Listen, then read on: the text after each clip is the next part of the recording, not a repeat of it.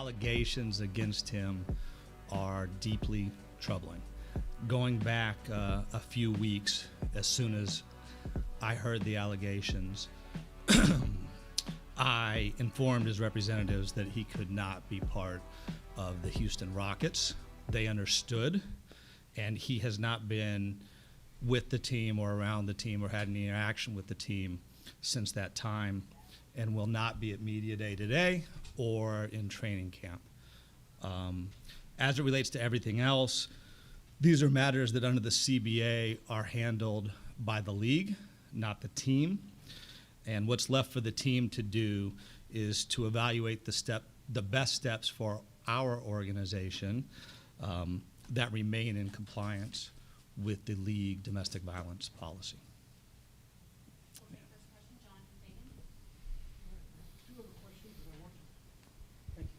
I do have a question, but I wanted to clarify something you said. Will he ever be part of this team again? I can't answer that and stay in compliance with the policy, so I think that's, again, this is now a league matter, and that's where it's at. Okay. You structured the contract extension with an understanding that there was some risk with the way the options are and so on. How do you feel now about the gamble that you took? I mean, we structured that contract not with something like this in mind, but purely as a basketball matter, given at the time of the contract, I think it was 21, and we were trying to figure out how to allocate the chances that he would become a really good basketball player, and so that was the reason we structured the contract that way. This question for Ime. Your arrival came with, I guess, calling this phase 2, and it's clear that, as from a culture standpoint, there needs to be a retooling. How do you plan to achieve that, both on and off the court? Is it by adding individuals like Fred and Dylan and removing people that have been, a bad impact on the culture? Or how is that process going to go about? No, it's a few things. I think the veterans that we added is very important, obviously, to add guys who have won championships, Jeff Green, Fred VanVleet, Dylan Brooks, even Aaron Holiday, young guys that have been in the league for a while. That's always an added benefit.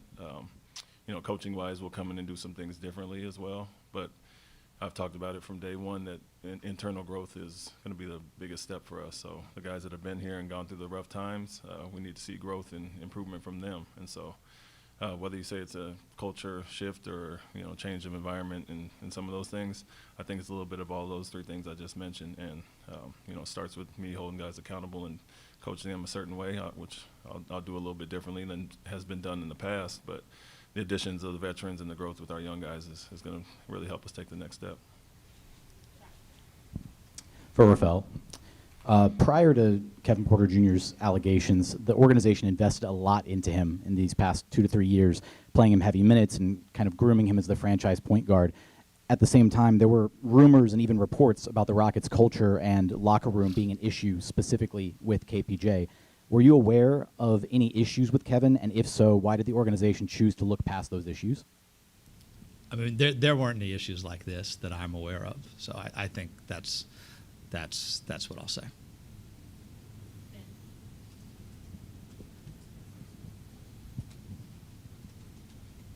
This is a question for either of you, but perhaps more so for Ime. From a basketball standpoint, obviously there was a plan for this season with Kevin in place. Now that he's not going to be a part of this, what does that mean as far as filling those minutes, his expected production, his role? It obviously could be internal, it could be external, but what are you looking for to fill that role in the blueprint? Well, we have really good depth. That's first of all. Like I said, we brought in some players that played similar positions. He was part-time point guard last year, so we filled that void obviously with Fred and drafting Amen, got a young guy like Cam Whitmore and other guys that'll get opportunities. So with those minutes available, like I said, our depth is real. I think we go 12 deep at least, and so guys will get opportunities there. As far as competition and starting spots and all that, there was going to be open competition between him and Jalen and some guys, and so those things will change and shift a little bit, but we still have a lot of depth and a lot of opportunity for guys to step up and take reins of that role. Coach, you got a chance to watch the two rookies playing, Amen and Cam. during the summer league, and Cam won the summer league MVP. When you watched them, how excited did you get knowing that you have these two players, and what did you see from them? Yeah, I think it goes back to pre-draft workouts and draft day. For us to get the guy that we wanted with our man at the 4th pick, and then have Cam slip to us, we were obviously pleased with that. But they more so showed us what we thought about them in summer league. Although Amin was short-lived, he played great in that first game in the minutes he played, and then Cam obviously exceeded all expectations in other people's eyes. But we knew what we got in that 20th pick, and so we're tremendously pleased with those guys. They've been in the gym working all summer for the last few months, so we've seen their growth so far, and look forward to seeing that more going into the season. This one's for Rafael. The measure of success in recent years has been kind of talking about internal improvement. Does that change at all this year in Phase 2, playoff competition, a number of wins assigned, anything in that regard outside of improving? Yeah, we actually talked about this last night. I'm loath to assign a number of wins just because there's 2 teams in every game, and it ends up being kind of a little bit arbitrary. I do think, though, that we're in a different phase, and I think the expectations that we both have for this group are markedly different than the expectations of the last couple of years.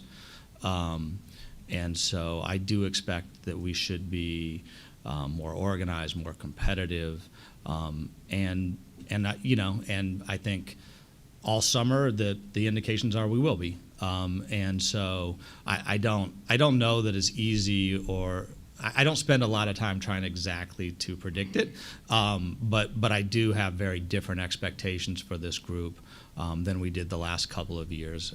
Again, we starting really 2.5 years ago, we made a bunch of in-season trades, and we kind of made a decision, and we knew we had this kind of very finite window, and we were going to provide lots of young guys lots of opportunity to play.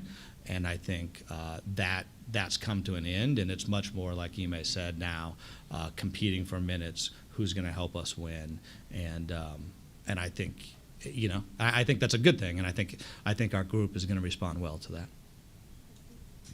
For you as a coach, when you're taking over a new team, what do you see as the biggest challenge for you personally to kind of put your stamp on the team and make it the way you want it to be?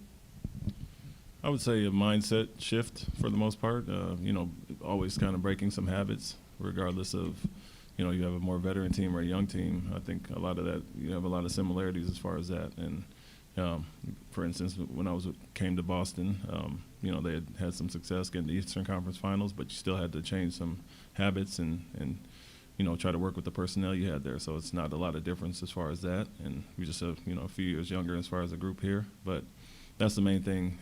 You want to get back to a winning mentality, mindset shift, and really changing habits is the hardest thing. It doesn't happen overnight, but we've worked on that so far, summer league, and with the guys in the gym so far this summer, and seen some good improvement as far as that. This is for Coach. Specifically about Jalen Green, he's going to an all-important year 3. We all know that he's one of the best scorers in the league, but what areas do you want to see him improve on to go from promising young player to potential leader of a contending team? So be more well-rounded overall. I mentioned that a while ago, and I've talked to him quite a bit about it. And he's a natural scorer, but we want him to do everything. And you have that ability to defend. You have the ability to get to where you want on the court. And it's not only for yourself; it's making others better around you. And so, the natural growth in this, his progression will be big. 22 points a game in your second season shows your ability to score, but. We want all of our guys in general, but a guy that's as talented as him to be more well-rounded, and that'll be the challenge for him. Hey, Coach, when you look back at your time in Boston, when you do some self-evaluation, where do you feel you can improve as a coach? You guys went to the finals, but this is, your second year as a head coach, and I'm pretty sure when you do some self-evaluation, you can still find some things that you can do to improve. I would say recognizing what works for your group quicker, getting to that quicker. We took some lumps early in Boston, and it was due to a lot of injuries and COVID, and certain things were happening as far as lineups, but figuring out what works best for the group and kind of getting to that quicker. Me and my coaching staff, we just had a coaches retreat, and I brought quite a few of them from Boston, and so we kind of relived what we went through there and how to avoid some of those pitfalls early. And so kind of figuring out our group quicker would be the main thing.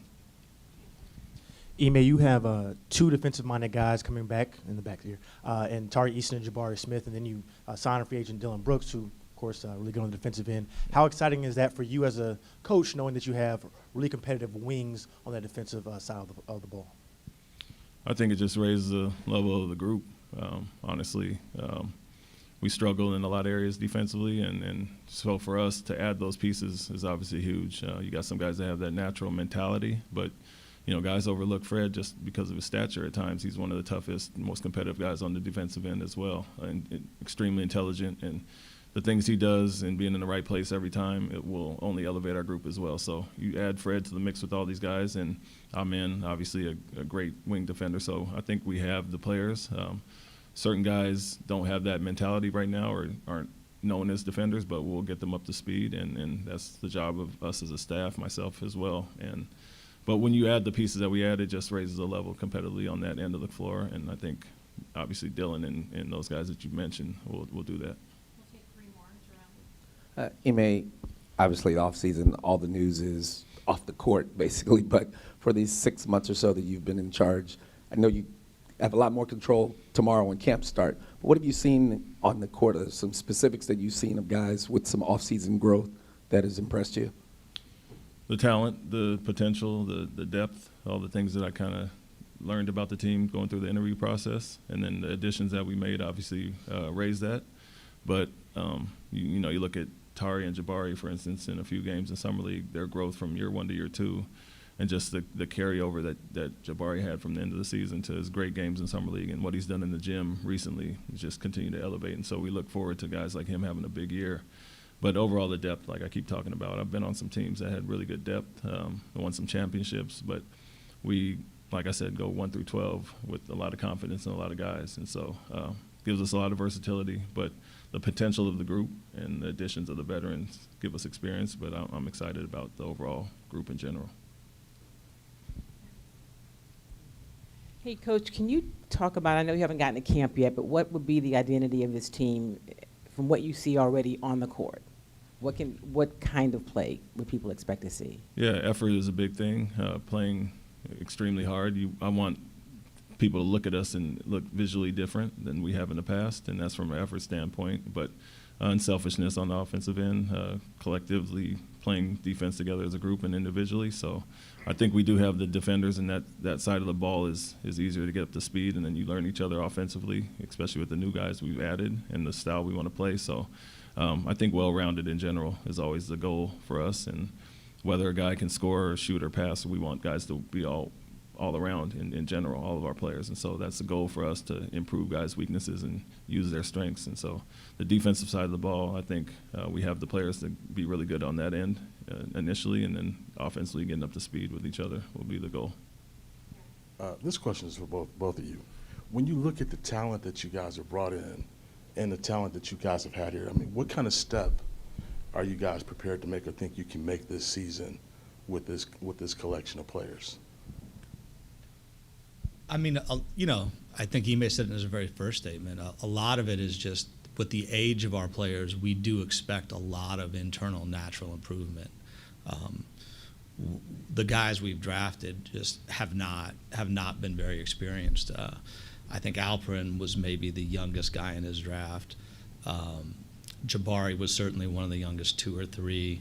I think Cam again is maybe the youngest guy in the draft. And so when you bring in people that age, they should be improving at a quicker rate than someone who comes in at 23, 24 years old, in theory. And so I think that's my expectation, is really that we're going to see the fruits of their labor quickly. And I do think that the additions we were able to make this offseason will put people in a position to have to do less and to be more successful. And so, yeah, that's what I think. Yeah, to piggyback on that, I think just in general, we mentioned the talent that we have, and it's time, potential is only a word, and we need to kind of achieve their growth. And so guys being held to a different standard to play a certain way, you'll see that rapid improvement. We keep talking about the additions. Obviously, when you add certain guys to the roster, things can change quickly. And so for us, it's being ultra competitive, playing a different way, and making some noise every night. And so we want to take those steps. And like we talked about, we're not going to put a number on wins, but being competitive every night and playing with the proper effort will give you a great chance. And that's the goal for me as a coach. Thank you.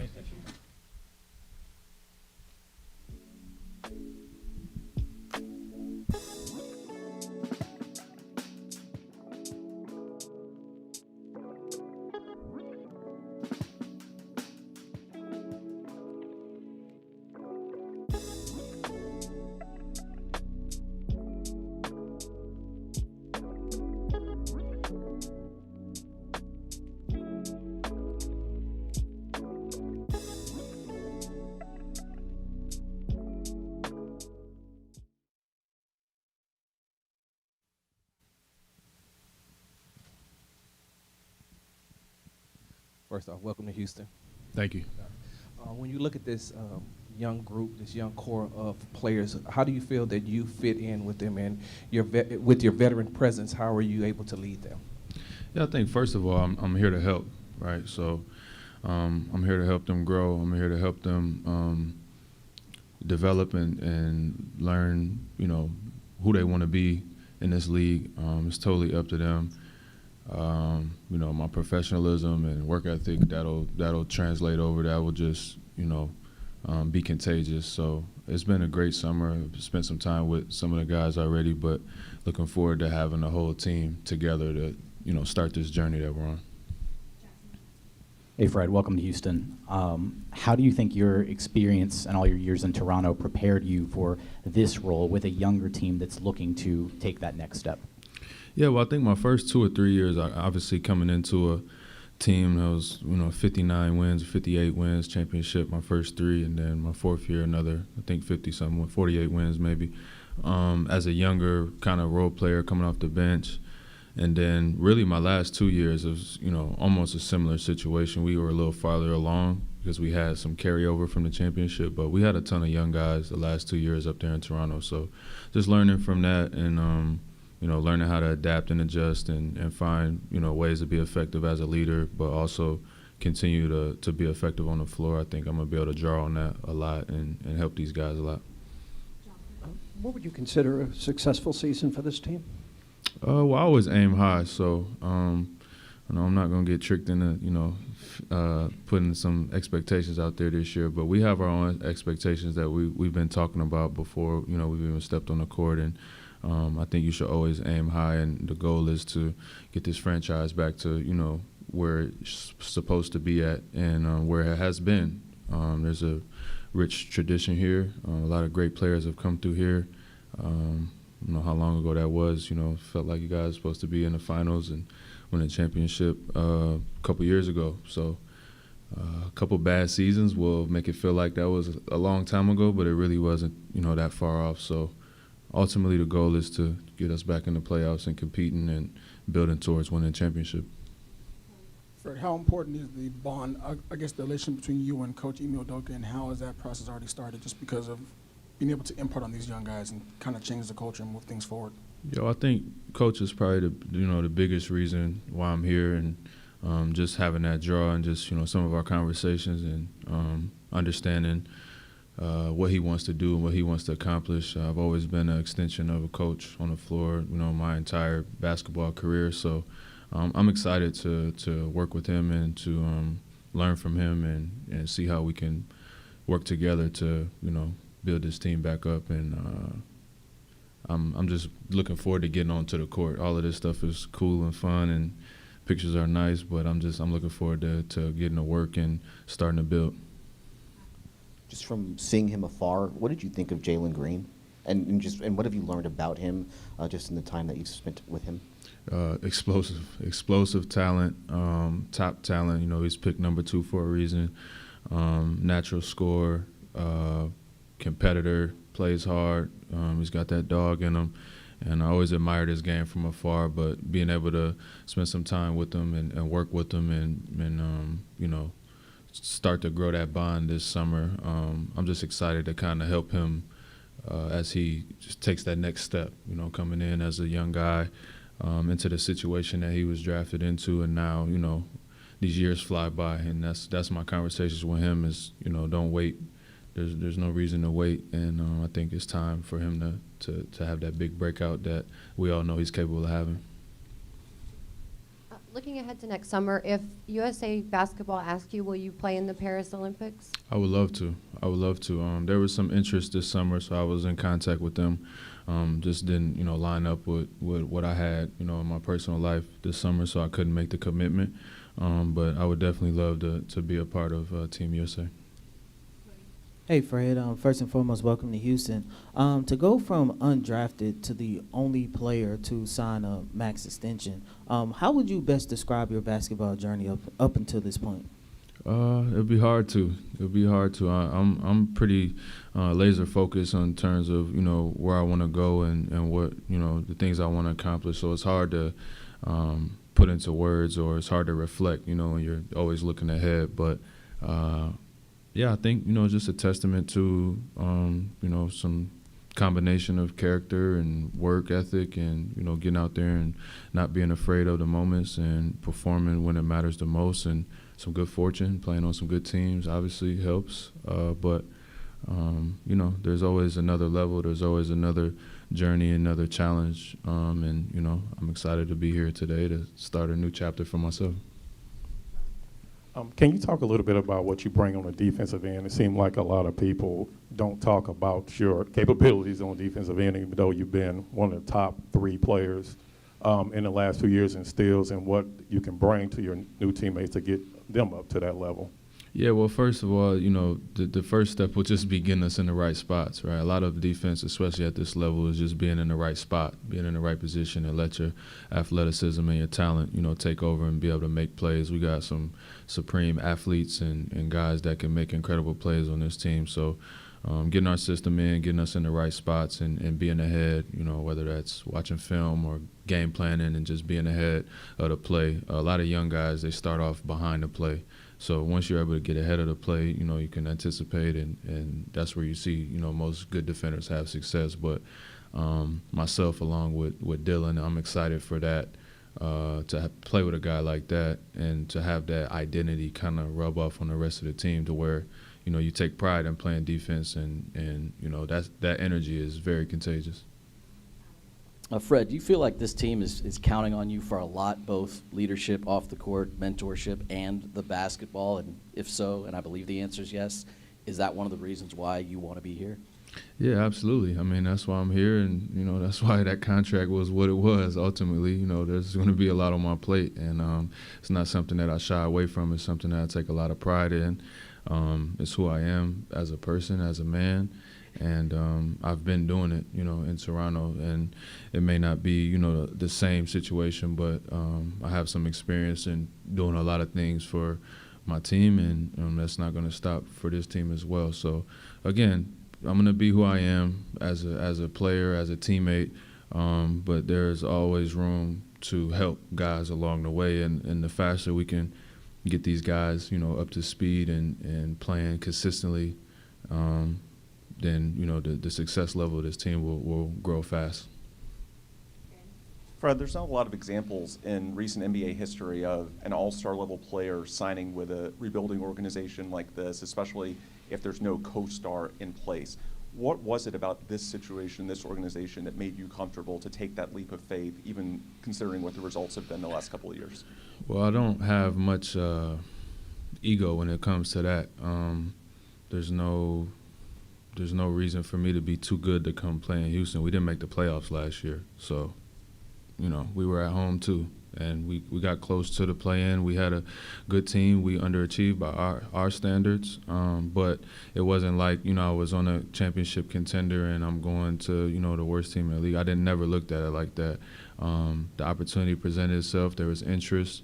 Obviously, you know, my last situation was what it was, but conversations with, you know, management, coach, looking at, you know, trying to look ahead, plan ahead, see the future a little bit, And, you know, some opportunities come along and, you know, you're too good to pass up. So I'm here and I'm excited to be able to be in a position where I can be myself and be empowered to be myself and, you know, help as much as I can.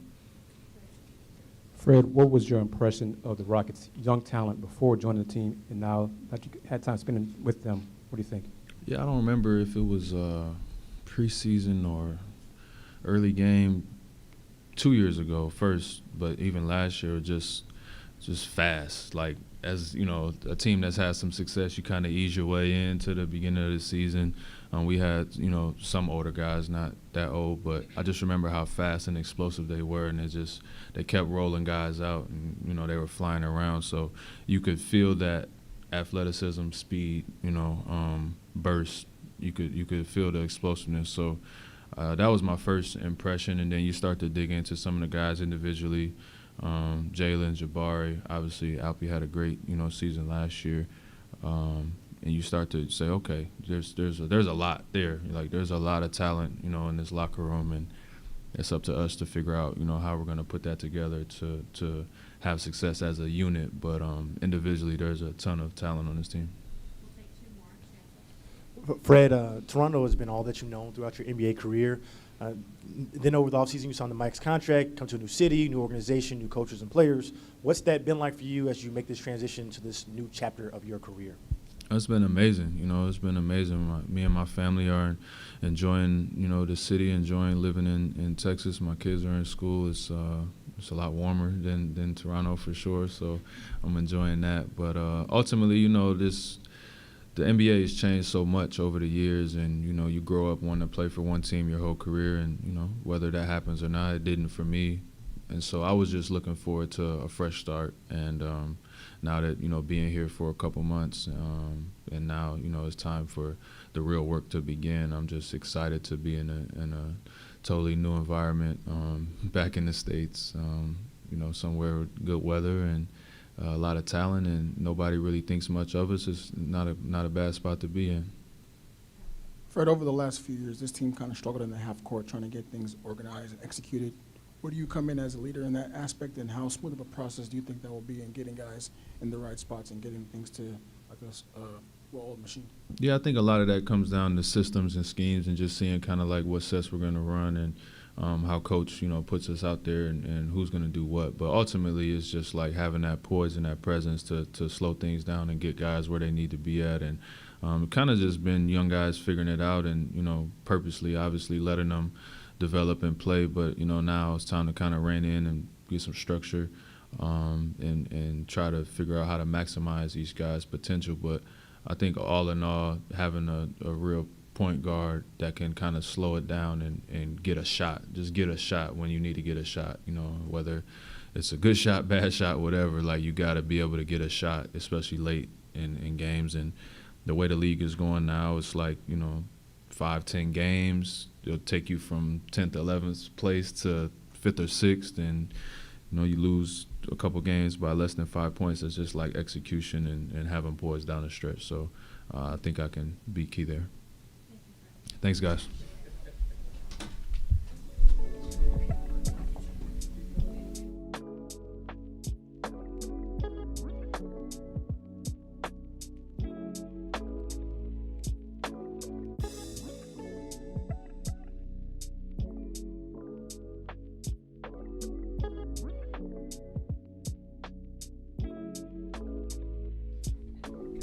Yeah. Hey, 𝗪𝗓, how is it different now coming in here year 2 for you as opposed to last year 1? I say it's different just because, you know, I have a year under my belt, so I'm not, you know, a rookie anymore. So, you know, with more, you know, time is given more opportunity, but also, you know, you got to be held accountable more. So just a bigger level of just understanding. How does this team get better? How do you get to where you want to be as a team this year? I'd say it's just attention to detail. I think, you know, with the veterans coming in, our emphasis is probably just being been on attention to detail and our emphasis on the defensive side. As long as we really lock into those things, I think, we should do, better than we have been. And, with guys like Fred, with guys like Jeff, Dylan, bringing that, veteran presence, I think, we're gonna mesh well. Hey, Tari. We saw you in a front row. Oh, all right. We saw you in a bit more of an expanded role in the couple games you played during summer league, doing some things we hadn't seen you do during your rookie season. What do you think is going to surprise people most about your game this year and what you've worked on? I'd say the things that are going to surprise people are just, my understanding of the game. I'd say that's the biggest thing. My understanding of the game. The places I score for, kind of knowing my spots, and definitely just taking a bigger role on defense, just trying to be a bigger presence. You know what I'm saying? Be more vocal, trying to kind of be a leader and take on a leadership role on the defensive side. Hey, Tari, so what did you do over the summer, kind of following up on that, what did you work on to be able to take that next step? What was your big focus? As far as offensively, I worked on a lot of just ball handling, watching a lot of film, and a lot of just, shooting, being able to knock down a catch and shoot three, while also, expanding my game just a little bit more and trying to, score on 3 levels. So, adding a little bit of a mid-range to my game as well. But as far as defensively, I think, it's just when we play, just having a different intensity. Tari, you and Jabari are really good friends on and off the court. Personally, what does it mean to you all to know that you all are the faces of the franchise, to take this franchise into the future, and how much responsibility do you put on yourself to do that? Yeah, me and Jabari, are really good friends. We talk about the future, our expectations, just everything, all the time. So it's definitely a conversation, we've had. The responsibility that we have, and we don't take it for granted. I know I don't, and I know he doesn't. So I think this year we've come with a different level of focus and just understanding how important it is to try to, make the city of Houston proud, get some more wins for this city, and get this fan base rocking again. Tari, have the coaches talked to you about what they expect you to do, except for me this season?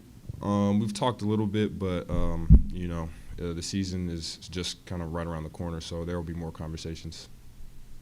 Sorry, you brought some of the veterans' names up already, Fred and Dylan, Jeff. What are your initial impressions of them and how they're going to help this team? Fred, instant leader. As soon as he got here, he took on, I think he took, pride in, just being an instant leader and took on that leadership role really well. Dylan and Jeff, I'd say, especially Dylan, took on, a really defensive-minded approach, as soon as he got here, and kind of basically got with me and just told me, just kind of the keys. He showed me, the blueprint to success, where it all starts, and that's on the defensive side. So, I'm excited to work with him, especially to just get better as a defender. You know what I'm saying? He's in a position to where I hope and see myself to be as one of the best defenders, in this league, in the league. He sees himself as the best defender in the league, and, I love that mentality because I have the same sort of mentality. So I'm just excited to get to work. Thank you. Thank you.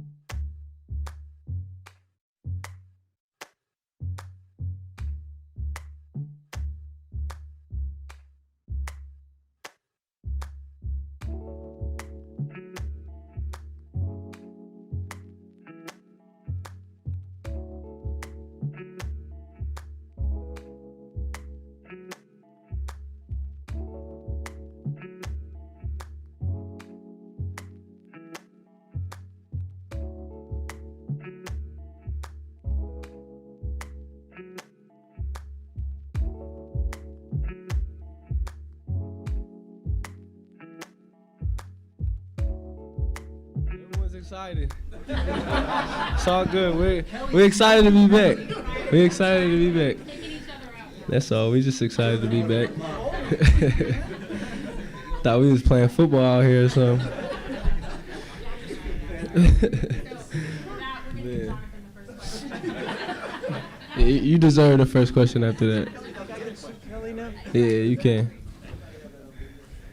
Kelly, you put some pads on.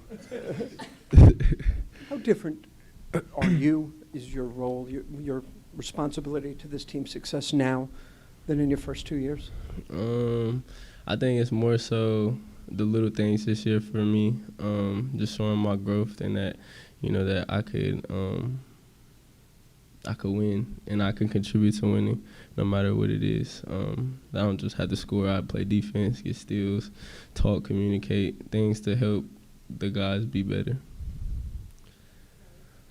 Jalen, going into year 3, it's typically a big year for young players. Just over your first 2 seasons, what did you see from yourself that you can improve on, and how are you looking forward to trying to mesh with Fred and all the other guys? I think just defense. I could be a lot better defensively. Leadership, like communicating and just being in the right spot. I feel like I have already a good connection with, the new guys, Fred, Dylan, Jeff. So I don't think, that's going to be a real big problem with chemistry. I think the biggest thing is just showing I could come in, be a leader, and just do the little things. Jalen, during the offseason, you got a chance to work out with some of the big-name superstars in the NBA. You worked out with Kevin, you worked out with Booker. How important was that to you to reach out to those people and work out with them and to pick up some of their, some of their veteran leadership? I think it was super important, especially, going into year 3. Like you just said, that's an important year for most young guys. Just to pick up on their habits and workouts. I remember my first workout with KD. You start off a workout, you try to get your rhythm, you go into a little cool and everything. He was like, no, every rep gotta be fast, game speed. And, he's his age, 35, doing that, going game speed every time. So I just picked up on little things like that, footwork, things that the greats are doing. So I feel like just for what I'm trying to be in, I have to be in those positions with those type of players. Jalen, right after Fred signed with the team, you guys were out there working out with 𝗪𝗧𝗪, and kind of just, what has that relationship been like between you and Fred so far, and what are you hoping to learn, and what do you hope that relationship is like when it translates onto the court this season? He's like big bro already. We laugh and joke and play around. I've kicked with him outside of hoops and just working out too. So he's already been playing that big bro role. But he's been teaching. He's been telling me that he's going to teach me all the right ways to do this, and how to be a leader, and just how to be better version of myself for the team. So I'm relying on him, and he said he's going to need me to. He's going to do the same for me. So yeah. You talked early last year about how there's no losses, there's wins and there's learning lessons. How much did the losing, though, take out of you the last 2 years, and how much do you want to get to actually winning? Oh, I can't wait to get to winning. That's like the biggest thing, biggest focus this year is just to win. I don't think the losses took too much out of me. Like I said, they're learning lessons, and all you could do is really grow from them. So this is the year to turn it around and see how much I've learned and how much I'm going to grow. To kind of build on that, how much responsibility do you shoulder individually for really trying to get this team back to respectability and to get back to the playoffs after a few years out? I take a big responsibility in that. I know, the fans are relying on me. I know my coaching staff and my teammates are relying on me to be that too, as a leader, as a better player this year. So yeah, I take a big responsibility in that, and I think I've had a really good summer. So I think just coming in, we're going to training camp, from day one, you just got to be 110%. Last year, you showed that you can be a facilitator, and a lot of times you were bringing the ball up the court, initiating the offense. Is that something that you want to kind of expand on this coming year? Yeah, if that's the case, whatever it may be or whatever I need to do, just so we could be in that winning conversation, I'm willing to do. I feel like I've showed I could do both. I could play out of the corner. I could play on the ball. So, yeah, it doesn't really matter. you mentioned kind of your personal relationship with Fred. What about him as a player? Do you think you guys can mesh well and be a solid backcourt together? Yeah, I think we're going to be a really good backcourt. You know, it's going to be a lot of space. You know, he's a threat out there around the three-point line, so it's going to be more drives for me. If they close in on me on my driving lanes, then it's going to be an easy kick for him. So, yeah, I think we could really play off each other, and I think we're going to be a really good backcourt. Jalen, new coaching staff, new roster, new expectations. How different does it feel this year heading into year 3 for you? The energy's great. The energy's been really good. You know, just being in the locker room, talking to the coaches. 𝗖𝗓𝗓 has came to, you know, my workouts in LA. I got a good relationship with a lot of the coaches. It's a lot of laughing and joking. So the energy's been really good around the team and the coaching staff. Hey, Jalen, going into year 3 for you, what's the biggest difference? Where's your biggest growth come? And as you look at all the things you've been working on, how would you sum that up? I think the biggest thing is leadership and just, you know, leading by example. Like I said, communicating, playing defense, and doing the little things. I feel like I've proven I could score. I've proven I could pass. It's now just the winning things, what it takes to win. And I think I've obviously worked on a lot of things this summer, but that's all going to fall into place once the little things is taken care of. So, yeah. You mentioned a couple times the little things and leadership. Is there something specific that you know to do now that you didn't know to do when you were a rookie, or that you've learned here just in the last year or so? I mean, I kind of knew all along. It's just maybe my head wasn't in the right space, or it wasn't locked in on what the goal is now. But now I know what I need to do. You know, I'm tired of losing. I'm sure we all are. So, yeah, the little things like defense, communicating, being in the right spots, just things to make the guys better as a leader on the team. Jalen, there's a lot of high flyers on this team. Who has the best dunk package? Me.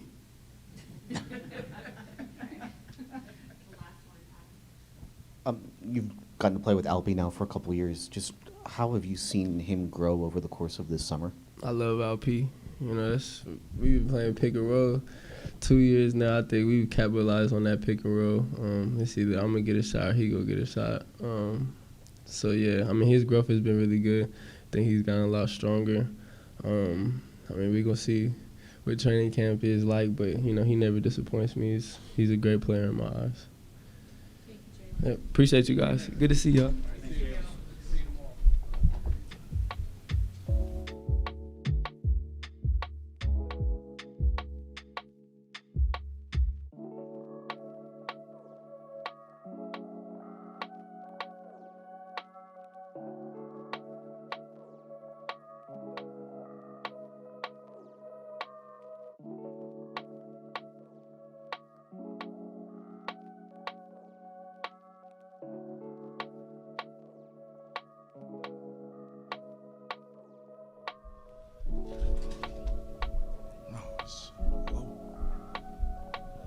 Jabari, just heading into this year, trying to move off the summer league, stint.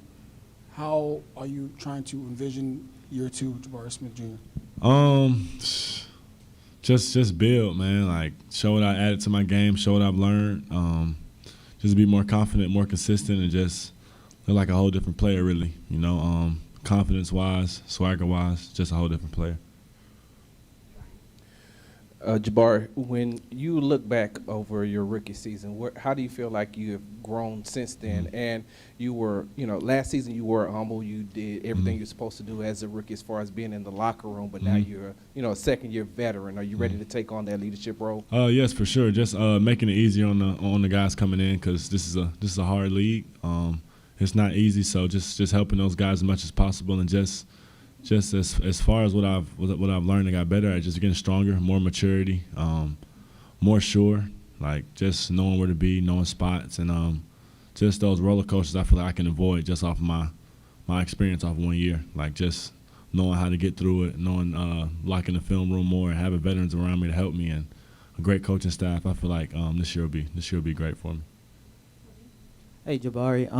In the summer league, we saw a lot has been made about the improvements you made on the offensive end. But what have you seen and what have you done to improve your game on the defensive side of the ball? I feel like it's just knowing where to be. You know, I always had the intangibles, the will to play defense, but sometimes you can get out of place. Sometimes you can fail at not doing your work early, and that can hurt you against players in this league. Because I want to be the guy who guards the best player every night. So, with that comes with more film and more ways to get an edge on your opponent because you'll be playing against the best players in the world. So it's just tough. So I feel like I've just improved on the mental aspect as far as knowing where to be, talking early, and just doing the little things because my will and my effort will take care of everything else, but just knowing where to be and doing my work early. Jabari, can you talk a little bit about your excitement level as you look at all of the changes that you guys have made during the offseason and how that might, parlay into wins this season? You have no choice but to be excited. You're bringing in two NBA champions. Somebody. You got Jeff Green, Fred VanVleet, and then you got Dylan Brooks who's been deep in the playoffs. You just got people who can bring that winning culture and help turn this thing around. So I can do nothing but be excited. And as far as the coaching staff, you got winning coaches. If you look at resumes, a lot of people have been deep in the playoffs and have been there and know what it takes. So with that, you just can only be excited because you want to learn from that. You have open ears and just want to get there one day. You know what I'm saying? And just starting from the bottom up, it's going to be fun. This is kind of an odd question, but I think last year at Media Day you told us you thought you'd grown a little. Are you still growing or are you done? I'm not sure if I've grown at all, actually. I didn't get shorter, so I don't know.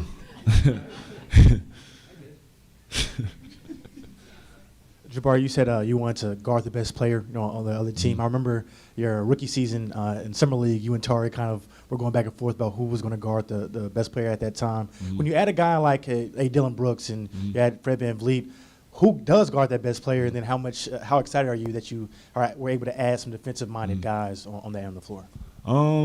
It's going to vary, you know what I'm saying? We're going to keep fresh bodies on them, you know what I'm saying? It's just going to be who's the right matchup for that night. It might switch. It might be me one night, it might be Tari one night, it might be Fred one night, it might be Dylan, it could be anybody. With so many great defenders, it just varies. But just having that open mindset to have everybody who want to guard the best player, like that's just the best thing. Because when you get that switch, when you get that cross match, it's like this is what you want anyway. So it's good to have guys who are willing to take the challenge because it just makes it more fun and makes it harder on the opponent because you got 4 people, 5 people who just want to go at you, who want you from the start of the game. So it's fun in that aspect.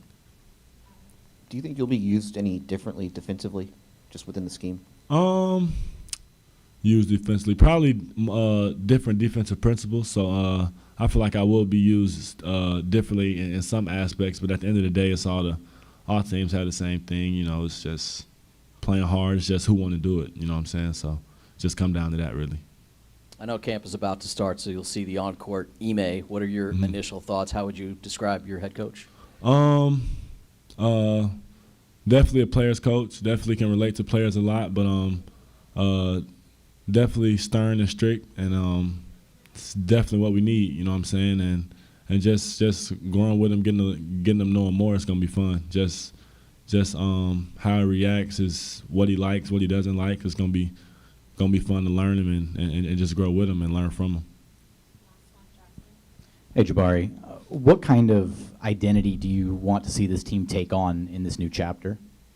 Identity. I just want to be a team that people love to watch and a team that's all about winning, a team that's playing for each other, a team that's tired of losing, really. You know what I'm saying? It's been a drought in this city for a few years now, and I just feel like it's just time to turn it around. Like, the losing is just I didn't enjoy it last year. I know the people who've been on the team before me didn't enjoy it, so it's just time to change it, and that has to be the mindset going into every game. So just a team that's just hungry, you know what I'm saying, just hungry for change, hungry for what's next, the new chapter, you know what I'm saying. So just a team full of dogs, team full of people who just want to win. Thank you. Good to see y'all again, man.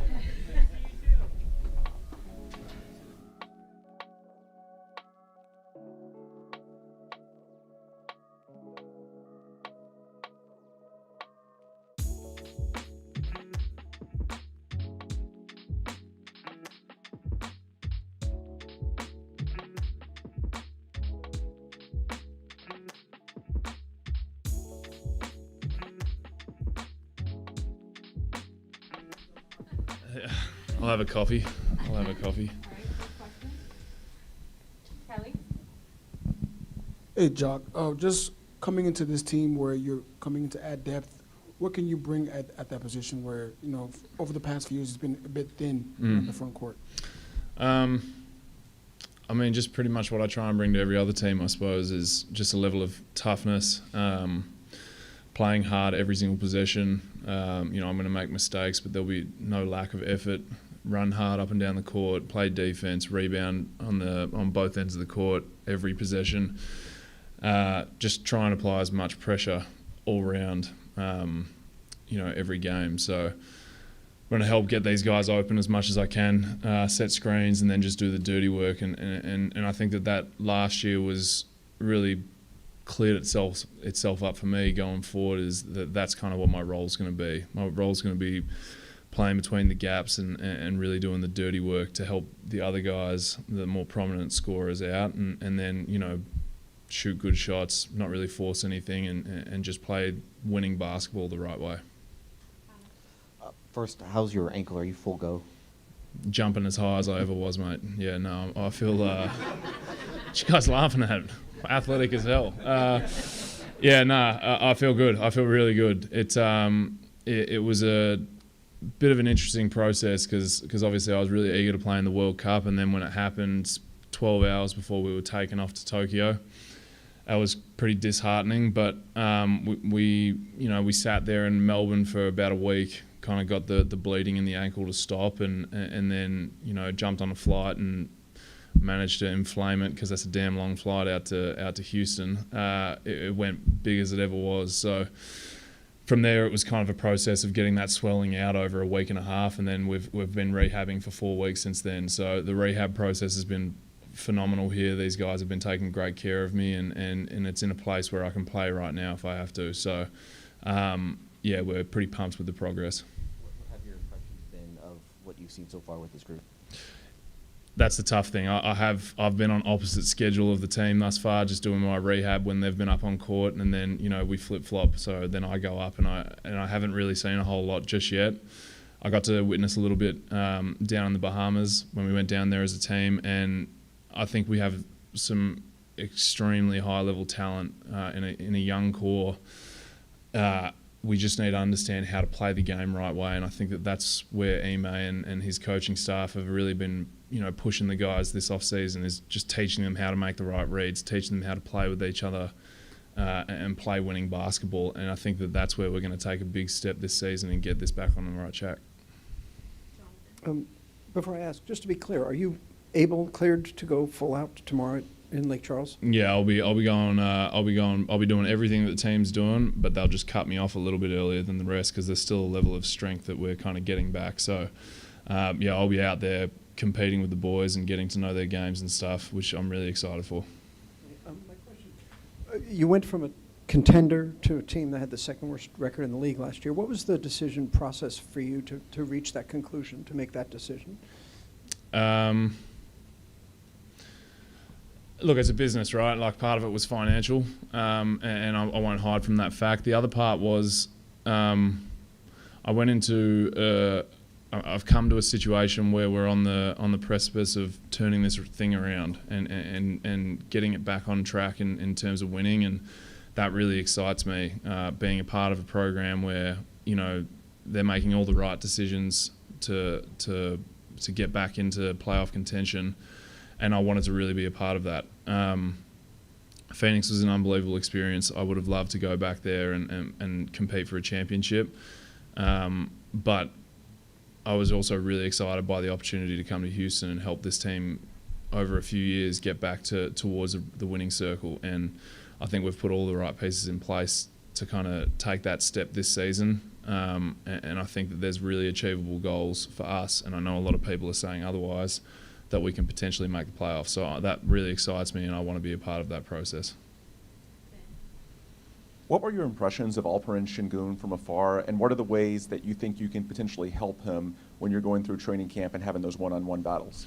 Yeah, I mean, mate, this guy's so talented offensively, it's unbelievable. I watched him a lot, and, you know, especially because I was out of the World Cup, I watched Turkey kind of play not in the World Cup games, but they were playing against other national teams, and he was. You can tell that there's a guy right there who really cares about winning, who has it all offensively. I think where I can help him is just by pushing him. As I said, I'm someone who doesn't take possessions off, who plays hard every possession, and I think that I can help him in that regard. I took a big step defensively last year as an undersized, not the most athletic centre going around, and I think that I can help him out through the position, being good positionally defensively. And then just pushing him, making him chase me up and down the court, applying pressure on the offensive end, on the glass every possession. Because I remember playing against Houston last year, there wasn't a whole lot of boxing out that was going on necessarily. So just doing those little things that really help teams win in the long run, I think is going to be an area that I can help him in. But offensively, he's got it all. I mean, he doesn't really need too much help there.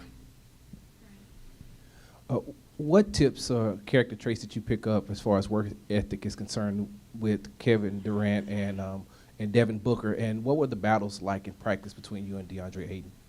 Yeah, I mean, I don't know if I picked up too many tips from Book and KD offensively, because they're in a whole nother stratosphere than I am, but I did learn a lot just with their attention to detail and their conversation about basketball. I learn a lot about how they every day they get in and they know their shots, they know what they're working on, and they hone in on that. I learn a lot from just their level of confidence and their ability to move on to the next possession regardless of what happened in the last. I learn a lot from their level of professionalism and how they approach every day, whether it be on the training room table, in the weight room. I learned a lot just in general.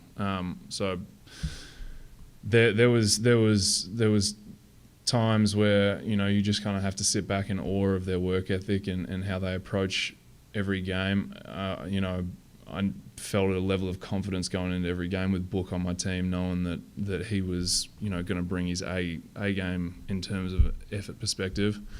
And I think that was something that I kind of took to heart, was this guy's playing 38 minutes a night for us, and he plays hard every single game, whether it's game 1 or game 100. So why couldn't I do that playing 14 minutes a game? You know what I mean? So that kind of stuff I learned a lot from those guys in. My battles with DA were awesome. It's a highly, highly talented offensive big and extremely athletic. So that's where I got a lot better defensively in the pick and roll. For example, last season I had to play against Chris Paul and DA every day in practice, and we used to play a lot. We were playing 4 times a week in our pre-season, before training camp with the team for 5-6 weeks. We played just about every day. So getting to go up against that every day really helps me grow as a defensive player and do what I did last year on that end. So just from that perspective, I learned a lot in how to defend, and then we would work out a lot together on the offensive end as well. Didn't necessarily have the ability to kind of show off things that I might have learned from DA on that end of the court, just because that wasn't my role. But I think that it kind of helped me gain a level of confidence in that regard as well.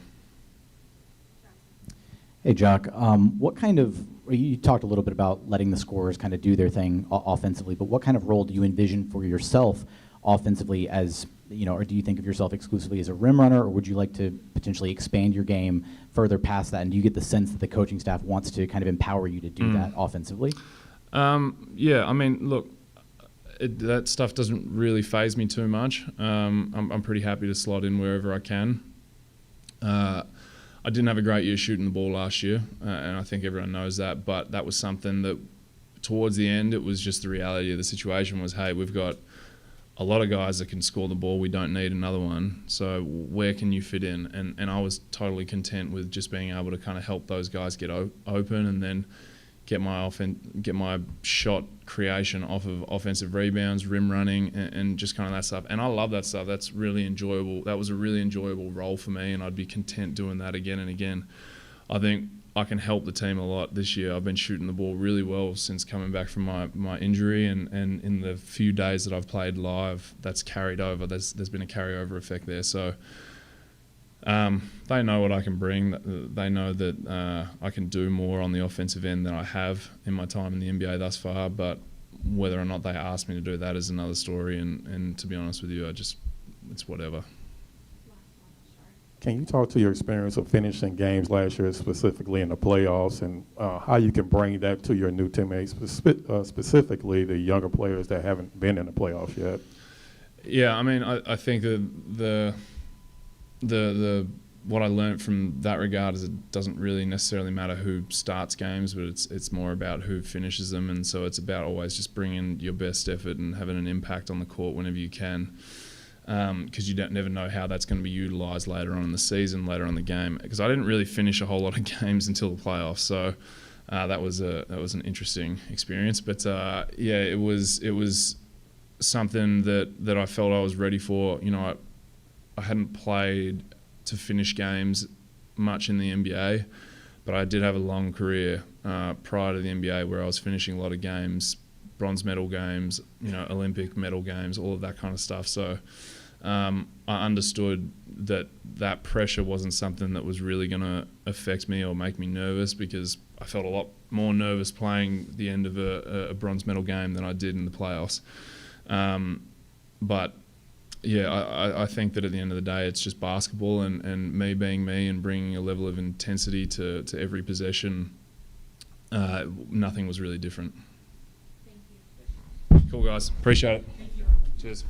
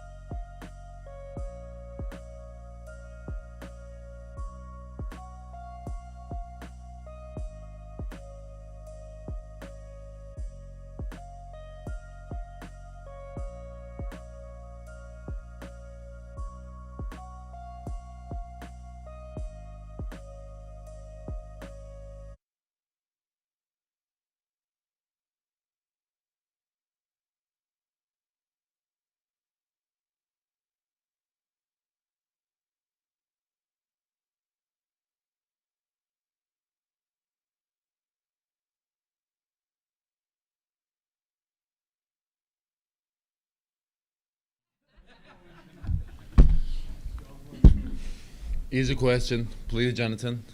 How will you know it's me? No long questions. All right, Jonathan, we'll give you the first one. What do you think you can bring in your third season that we maybe not have seen or has changed over the years? I believe I'm gonna help my team more this year and do better defense for sure, and give my all energy to defense and pass to like make them better shots in offense. So I'm gonna do my best this year. You know, first 2 years didn't go well, so but this year we hungry to win. So we're gonna do all players gonna do the best, I think, like as me. You talked last year about how important year 3 was going to be for you. What did you do to prepare for this season? Actually, after the regular season, when I went to Turkey, I bring coach from Serbia, and I used to work with him when I was playing in Turkey too. And then I got improve my other things with him when I was in Turkey too. Actually, my free throw and other things. So I worked with him like 1.5 months. It's been great. So, and then I believe my shoot is not bad. But I need to set confidence about my shoot, because like, you know,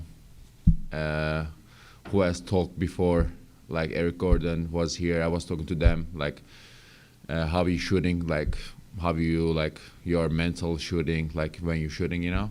And then I think that's what I need to improve, because when I'm wide open on other stuff, I was thinking like driving, and I think this year I'm gonna be like more like focus on like shooting, not like drive, not like a drive first, but when I'm wide open, like just play to right way, you know what I'm saying?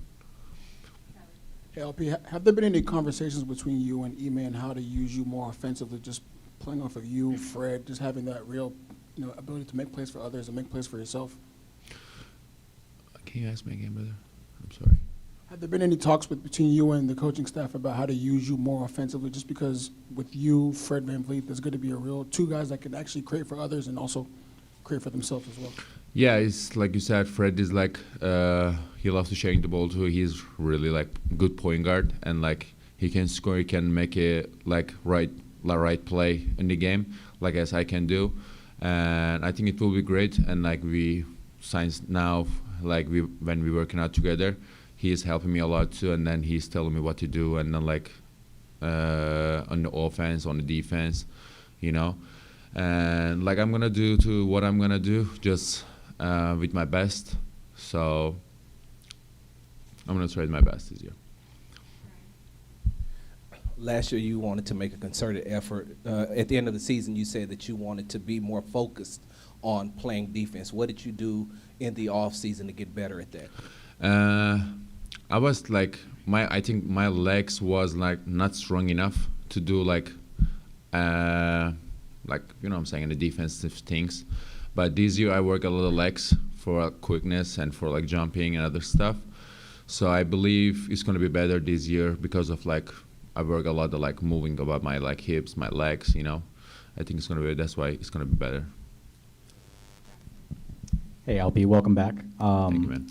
What are your early thoughts on the veterans that the team brought in this offseason? So Fred, Dylan, Jeff Green, Jock Landale a little bit as well. Just kind of early thoughts on what those guys bring to this team.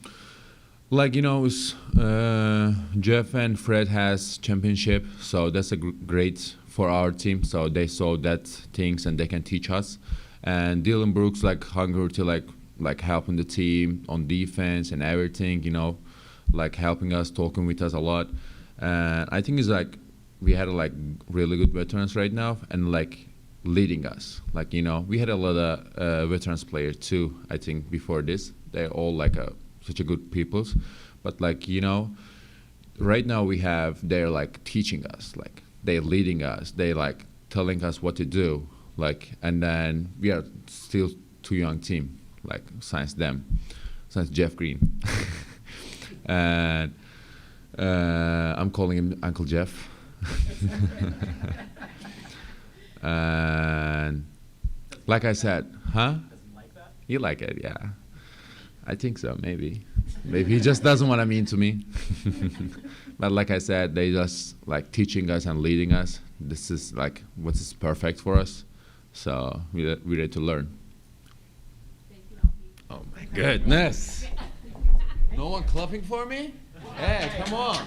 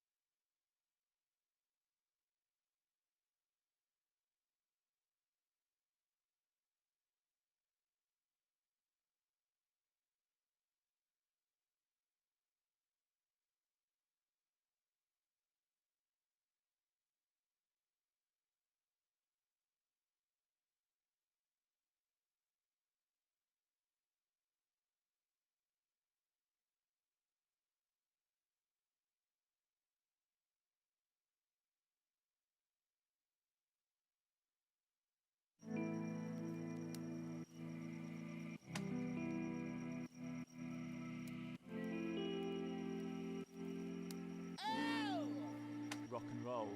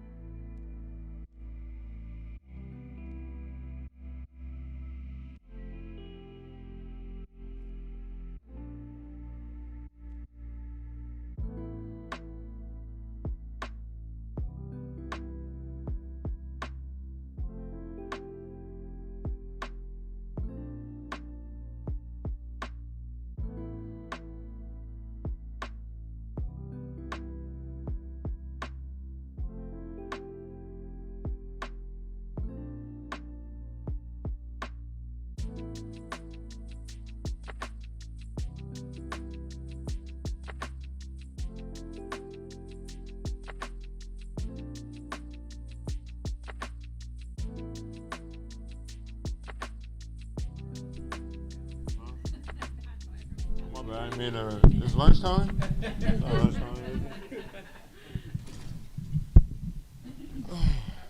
How long is this? Let me scoot up. Smell good though. Hey, Jeff, over the summer, the team made, I guess, a conscious change in terms of adding vets, bringing older guys into this locker room. You're coming in after winning a championship. What do you bring to the table as far as intangibles and hoping to impart on these younger players? First and foremost, I would say experience. I mean, this being my 17th year, been in every type of situation possible.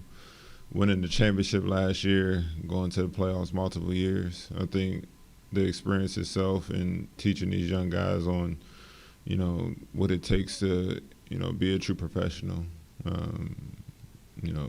The winning aspect, what it takes, the everyday grind. Them seeing it first and foremost. I think it'll help them in the long run. But for me, I think just being here the last couple of weeks is just the discipline and the structure of what it's going to take to become a winner and a professional. ภิ has always looked at Nikola Jokic as a role model. Say that again. I'm sorry. ภิ Shingun has always looked at Nikola Jokic as a role model, somebody he'd like to. I don't want to say to compare, but do you see some things in his game that are comparable? To compare that are similar, or that you can play off of as you did on the times that you were on the court with Nikola? Yeah, their games are fairly similar.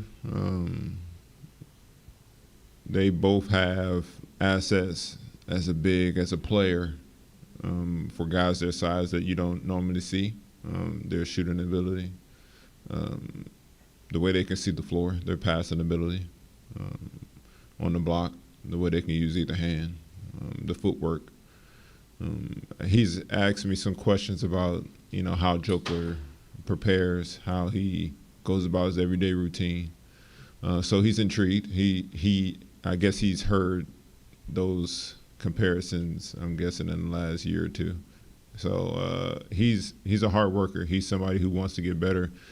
I think he sees the comparisons, but he's trying to better himself. He's not trying to be Nikola. He's trying to be the best offer he can be. So he's a hard worker. He's putting in the time and the dedication to being a good player. And he sees Joker as somebody, as a standard, not who he wants to be. He probably wants to be better if it comes from his mouth. So he has what it takes. He has what it takes, but he's still young. It takes some growth, takes some mishaps, some bumps along the road, but he has what it takes. Can you talk about what about this team excites you in terms of upside? And I don't mean like number of games, but just what you think this team can be. I mean, I always think playoffs. I think we have what it takes to be, in the playoffs with the young guys that we have. Outside of Dylan, Fred, myself, we have some young guys who they're tired of losing. They're tired of how things have been. Last year, Jabari's first year, JG, Jalen, in the last couple of years, he wants to change the headlines about who they are. They want to change the headlines about who they are, and they want to win games. So I see the hunger and wanting to be better, the hunger and wanting to win and win now. Jeff, you said that you were going into You said you were going into your 17th season, and for you personally, how did you ever envision, especially with the journey that you've been through, did you envision being here, playing 17 years? I'd be lying if I say I did, but I've always worked as if I would be in this position.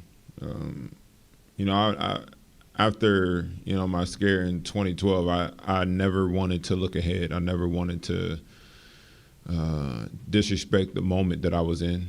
So I always try to stay in the moment, stay present. And for me now, looking back, now being 17 years in, it's for me, I'm happy the way things worked out. I wouldn't change it for the world. And I've always had fun with the game. I've always appreciated the game. I never took it for granted, and I just worked my tail off. So I'll be lying if I say year 5 that I would see myself year 17. I'll be lying if I said I did, but I definitely prepared myself for moments like this and taken, a lot of things that the vets that I've had has given me and, use it to my own ability. And being at this moment, I can look back now and be like, I envision myself at this point, so I'm gonna have fun with it. Another opportunity to get better. You can always learn from things and better yourself as a person and as a player. So I'm gonna have fun with it. We got a good group of guys, great coach in 𝗖𝗓𝗓, great supporting staff, great coaching assistants, great environment with the people around here. So it's gonna be a fun year. You talked about embracing a leadership role with the young team, but when you're your age and there's a team like this, you're not 19. How about that? When you're not 19, and you're on a team with a lot of 19, 20-year-olds, are there challenges to being on a team like that? It's challenging to be on any kind of team. Care about the age. Just everybody's not always not on the same page. Everybody, and I'm not speaking for our locker room, I'm speaking for teams in general. Everybody always have, some kind of self-agenda.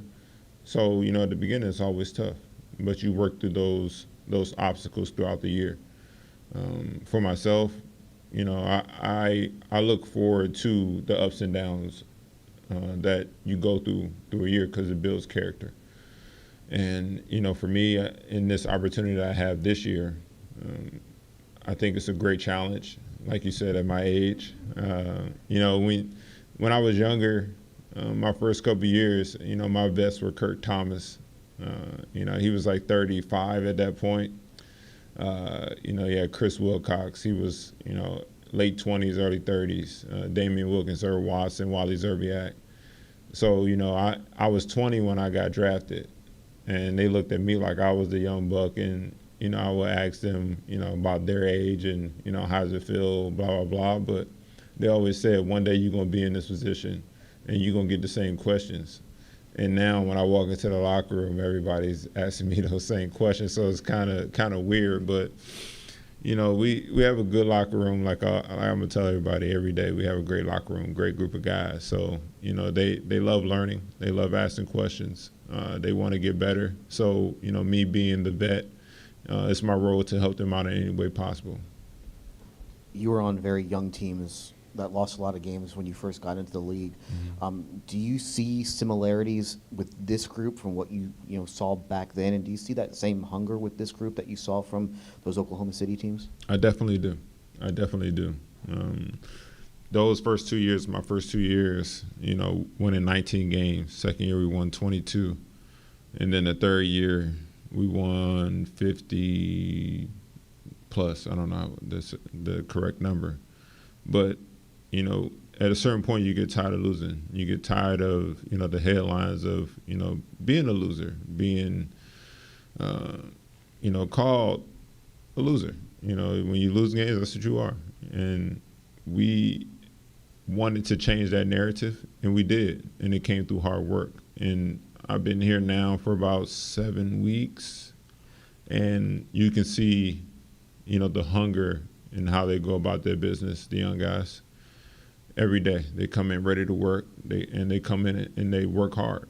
And you can tell that they're tired of that narrative that's been floating around about, the way they started off their career in the NBA. So I do see that same hunger. I do think that things can change, given the coaching change that we've had. In 𝗖𝗓𝗓, I think he's going to give those young guys some good structure, some discipline, and he's going to help them. He's a player's coach. He's been through it. I think he's going to be good for him. Just to follow up on what you were talking about, going from a 20-year-old rookie to a not 20-year-old veteran. Thanks. Hey, look at me. Is there value that a guy like yourself, who's been through a lot, Fred has been everything there is in the NBA, undrafted, G League, and then champion. Is there importance to a team to have guys like that you guys bring and others? Yes, there is. I'm glad you asked that, because I've seen recently, there's been a lot of talk about how, certain teams and I'm not saying there are certain teams, but this notion of, the NBA wanting to, go younger, really take out the vets, my age and up, and I think, and I'm not saying because of, I'm at this point, I just think it's great when you have guys who are experienced, who have been through the ringer, done everything possible in this league, to have them in the locker room, have that voice. UD, he's a great friend of mine. From afar, you can see the emotion, the dedication that he gave that organization, and it went to every player. His passion for the game, that heat culture that that's been instilled in UD, because UD followed it, he went through it, he won in it, and it showed throughout the other players, the young guys that were on that team. So I do think veterans are needed throughout this league. I think it's very important, especially when you get young guys that come in nowadays. They don't know what it takes. Obviously it's basketball, but the everyday grind is 82 games. You got guys who are coming into this league from playing no more than 36 games a year. And now you got to play 82, hopefully 82 plus. So I think veterans are very, very important to a locker room. They're an added coach that sits on the bench, that's in the grind every day with their teammates. And their voice, it goes a long way. Because at some point, it's tough to say, but at some point a coach's voice can only go so far. And I think that's when vets come into play. I am a Houston Rocket now, but to just give a little bit of background of last year, winning a championship in Denver, we had some good vets in that locker room. Myself, DeAndre Jordan, Ish Smith, our voices went a long way. And I think that was a big part of why we won a championship. So I do think it's big that vets are in the locker room, and I think they're very, very helpful to any given team. Jeff, you've talked about Ime a couple times already. You hinted at some of the things that he brings to the table, but what specifically makes him a good coach in your mind? I know it's still early, so it might be early impressions, but what makes him a good coach? No, I had Ime when I was in Brooklyn.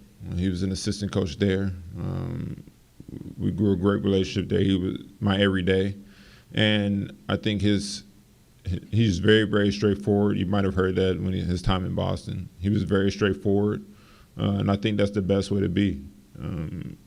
You get to your guys, you come at them direct, and you tell them the truth, and that's what Ime's about. But also, he played the game, so he knows the game. When you're able to play and you get on that coach's bench, you know what it takes. And the way that he played the game, he played hard, he played for his team, and he brings that in his coaching style. But he's very direct. He allows you to be who you are with some structure, some discipline. And I think he's going to put guys in a great position to succeed. Jeff, what do you like to see the Rockets' culture become?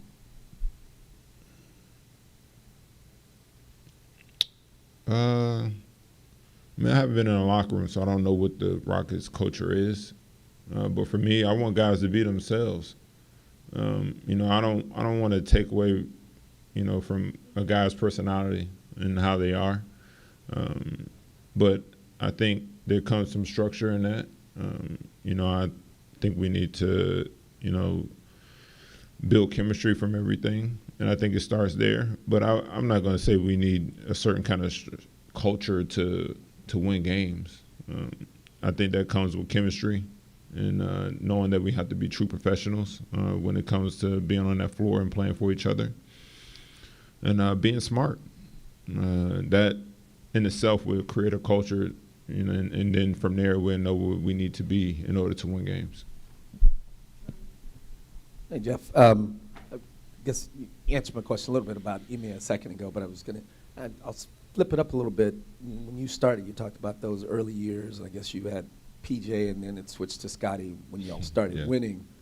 What type of coach does it take to take a team that hasn't won and deliver it into a winning style? And you see that in Ime, I assume that's why you're here. Of course. I don't know the answer to that. I mean, I'm sure there's been bad coaches that's won. There's been good, you know. So I don't know the answer to that. But it's not just a coach.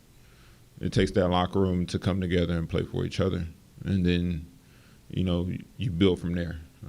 You know, Ime can do everything in his power to get us in the right direction, but we have to go out and translate his message on the court. He's not playing. We are. So, like I said, I think it comes from the chemistry that we build off the court.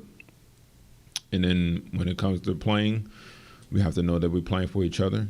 We're playing for the city of Houston, and that, you know, we have to do it together. No one man can come in and save the day. You know, MJ isn't here. Houston. No Hakeem Olajuwon is here to save the day, you know.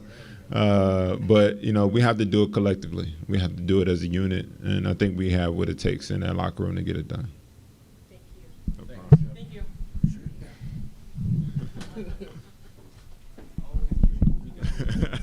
Sorry, I'm just a big MJ guy, you know. I'm sponsored by him, so I have to give him props, you know. Appreciate y'all.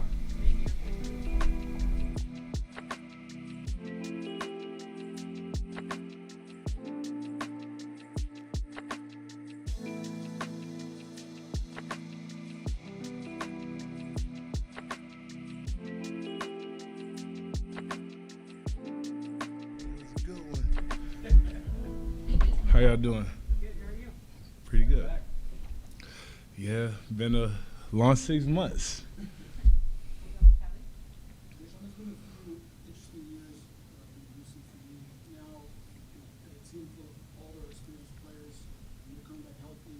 What are you looking forward to achieve both on and off the floor with these guys? Yeah, I mean, the biggest thing is just to get back to winning. You know, I think the rebuild's over, and like you said, we got a lot of great addition and great pieces added to our roster this year, and a new coaching staff. So I'm excited about this training camp, getting to, you know, learn about each other, learn about my teammates, and get that camaraderie and get the season started. I think we're about to be a week away from finally playing, and I know guys got the itch because I do.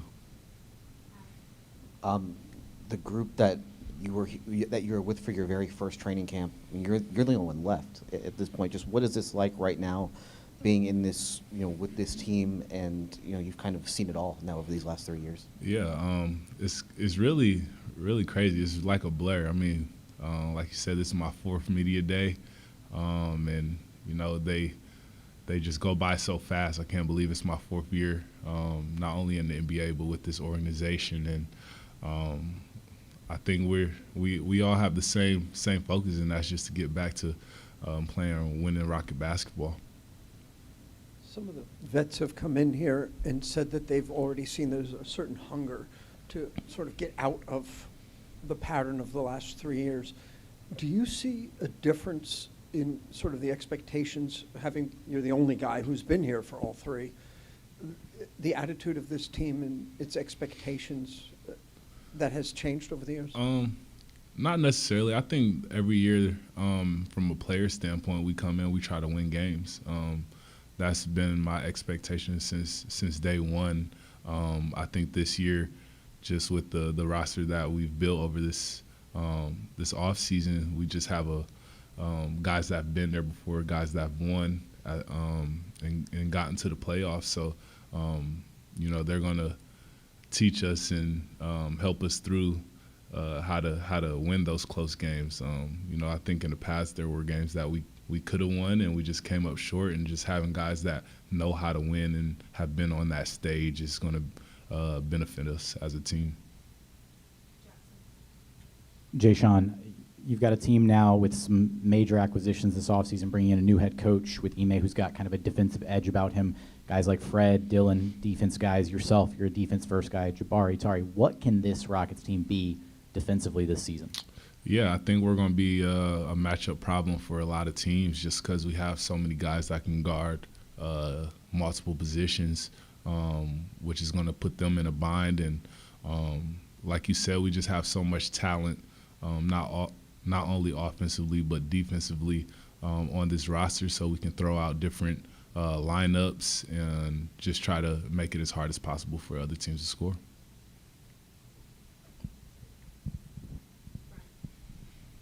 J-Sean, you've been in this city long enough to see the success that the Astros have had.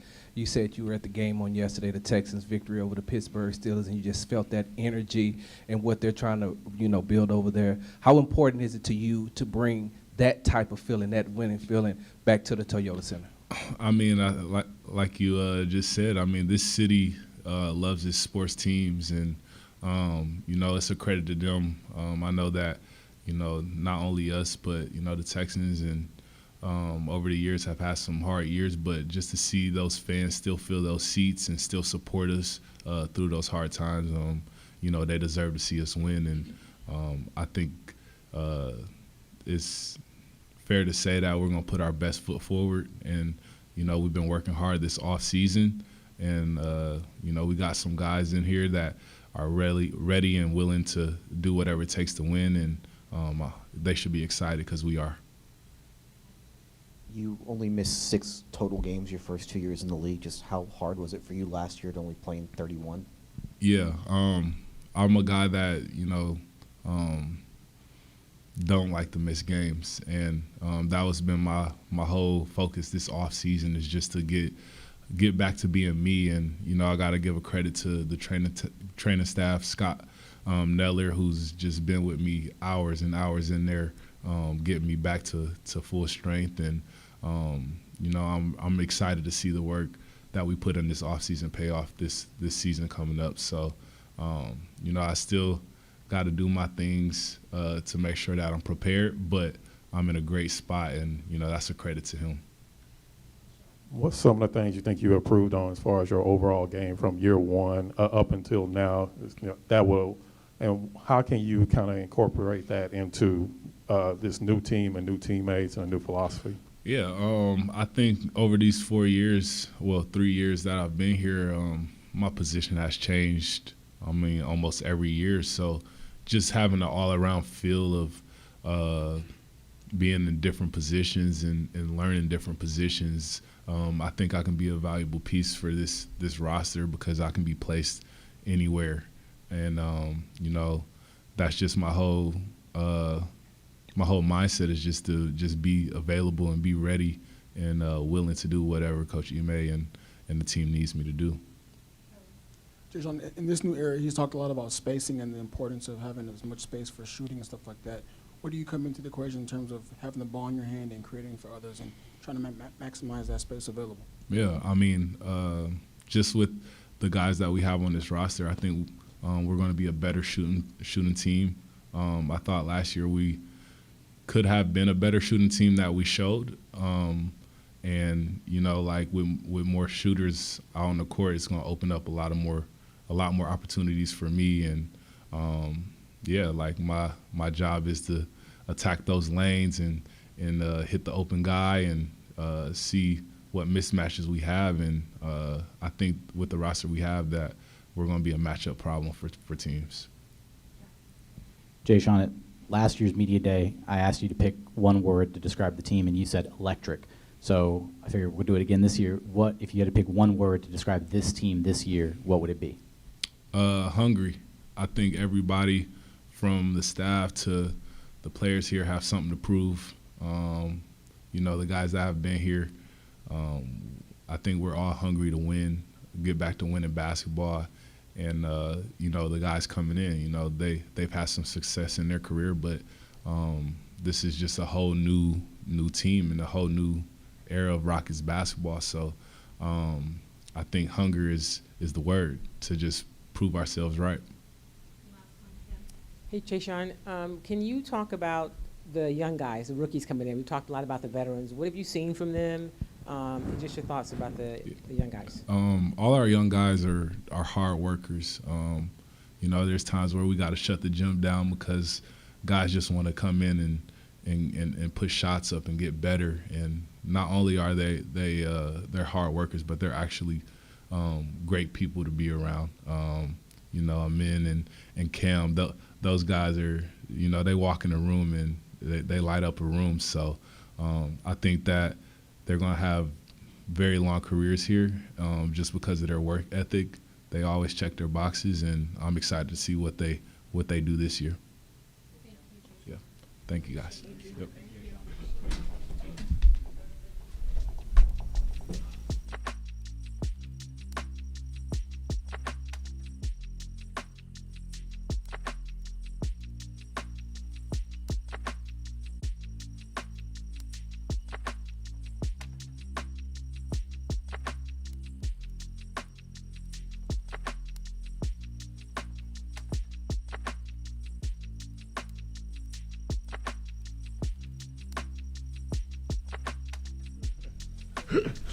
Listen us. Brian? Please warm me up. Personally, how does it feel to have the Houston Rockets, bring you back, want to have you back on this team to help lead these younger guys into the future? I feel amazing. Like when I heard that call, it was like, wow, it was amazing. Like now Houston is my home, and I come here like my heart like beeping like 100 miles per hour, and it's so amazing to be back. I did something last year good, and I'm right now here try to help development my teammates, of course my young teammates, but of course we have like amazing group, like of course good heart, good working, good skills, good working skills, a lot of talent, and I'm so happy to be back. Last year, you were one of the only veterans who've been around the NBA for quite a while who was here. What benefits do you see in having more guys like yourself who have many years in the NBA? Like benefits is every time. Like we professional basketball players, and we try to do our job the best we can. Like we practice for this, we work out for this, and we prepare all summer. I talk to my name because I know like I prepare basically all summer, and we never give up in everything what you do. And this young right now rookies, kids, or my teammates right now, they're supposed to figure out like that work ethic, treat people amazing, treat people good, respect everybody, respect your working place, and respect your opponent, because when you go on a game, you just show how good you are, and development your game, and they see how we work hard. This is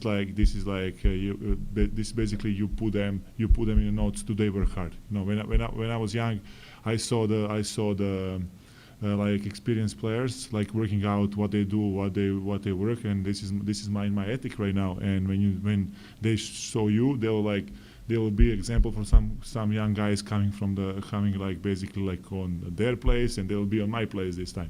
And this is like we help each other and we get better each other. And like everything what you do, we never give up, and we work for this, and we are ready. Not just like to be like supporting my teammates, but be there on the court and help my teammates. Of course winning and whatever they need. But I'm here and 100% here, and with my heart and with my work ethic.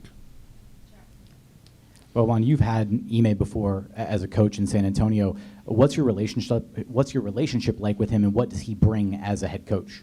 You see what he do in for the team in Boston, and they was in the finals. They almost to win championship, and it was he bring a lot of knowledge, stuff, and he's amazing, good guy, good heart, and work ethic must be on high level, and I respect that, and he's an amazing, nice guy, and I'm looking forward to work with him. I'm super exciting to be back with him, and everybody can learn a lot, and we raise our goals and we follow our goals. But when you spend some time with 𝗖𝗢𝗡𝗡𝗖𝗧 now, just from being around that young player, what have you seen from him as a talent, and how can he improve? He improved a lot. Basically, he is good. I know him from Europe, watching him, not just like last year play with him, but he is good kid with good heart, and I say that time because like you must be professional. You must be professional in both ways. Like you cannot just be like amazing basketball player and after that like you don't leave your marker outside of the court and you treat people well. And I speak this because I say he have good heart, and his work ethic becoming better and better. And he's like what he do, like all this try to make this all triple doubles and everything, you know, like he's almost there every time, and he improved his skills and his work ethic is much better, and he is like I'm looking forward to see him playing this year. Boban, what about your assessment of seeing Jalen Green improve this year and think to help him with his relationship and you? You know, like Jalen Green have everything. You know, like the guy who can shoot, who can dribble, who can like dunk like that. You know, like he is like full package of everything what basketball player want to have, and he's just young and like you know look, he's amazing, and I want to say again, good heart, good soul, like good player, and we'll be super exciting to watch us play, and we'll be trouble. You spoke earlier about Houston being your home now, and I wondered, is there anything that you like best about Houston? What's your favorite thing about the city? You know, like everything. You know, like coming here, basically, like my first year, I met the people, and everybody's so kind, everybody's so nice. You know, like food is amazing. You know, like everybody how like sports and like be here. It's wonderful experience right now, and every time when I go into place where I've been before, they give me like warm up welcome, and it was like them, oh, okay, I feel so good. I melted, and it's wonderful. It's wonderful to be back. If they want to see you again. They mean like you left something behind you. What is good? What is called good reputation. And if I feel that, and they always like feel the same way, and we share the smiles, share positive thoughts, you know, talk about families, talk about this stuff, talk about like good stuff, of course, and you think you left something what is wonderful, what is good, and you won't keep that way. Last one, Brian. Oh, okay. Well, thank you, Bobby. Thank you guys very much. Thank you. Bye. Is there any good serving food?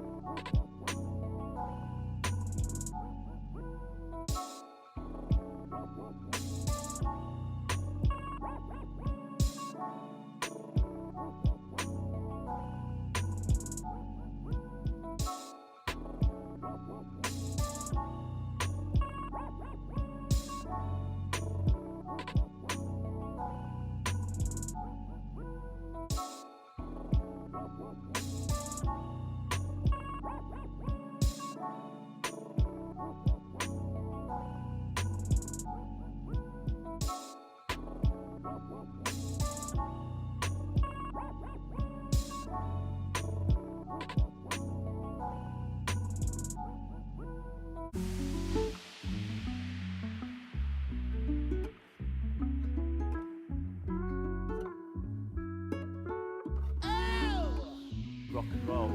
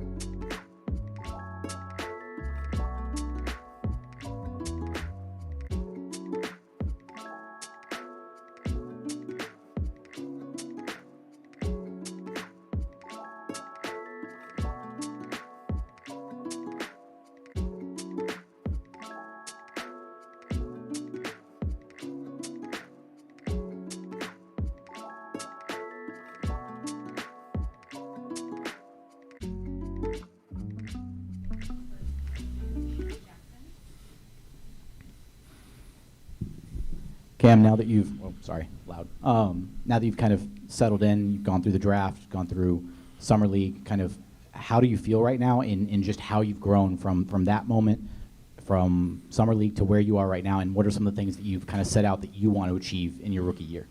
I would say I'm definitely, just grateful to be drafted by the Rockets.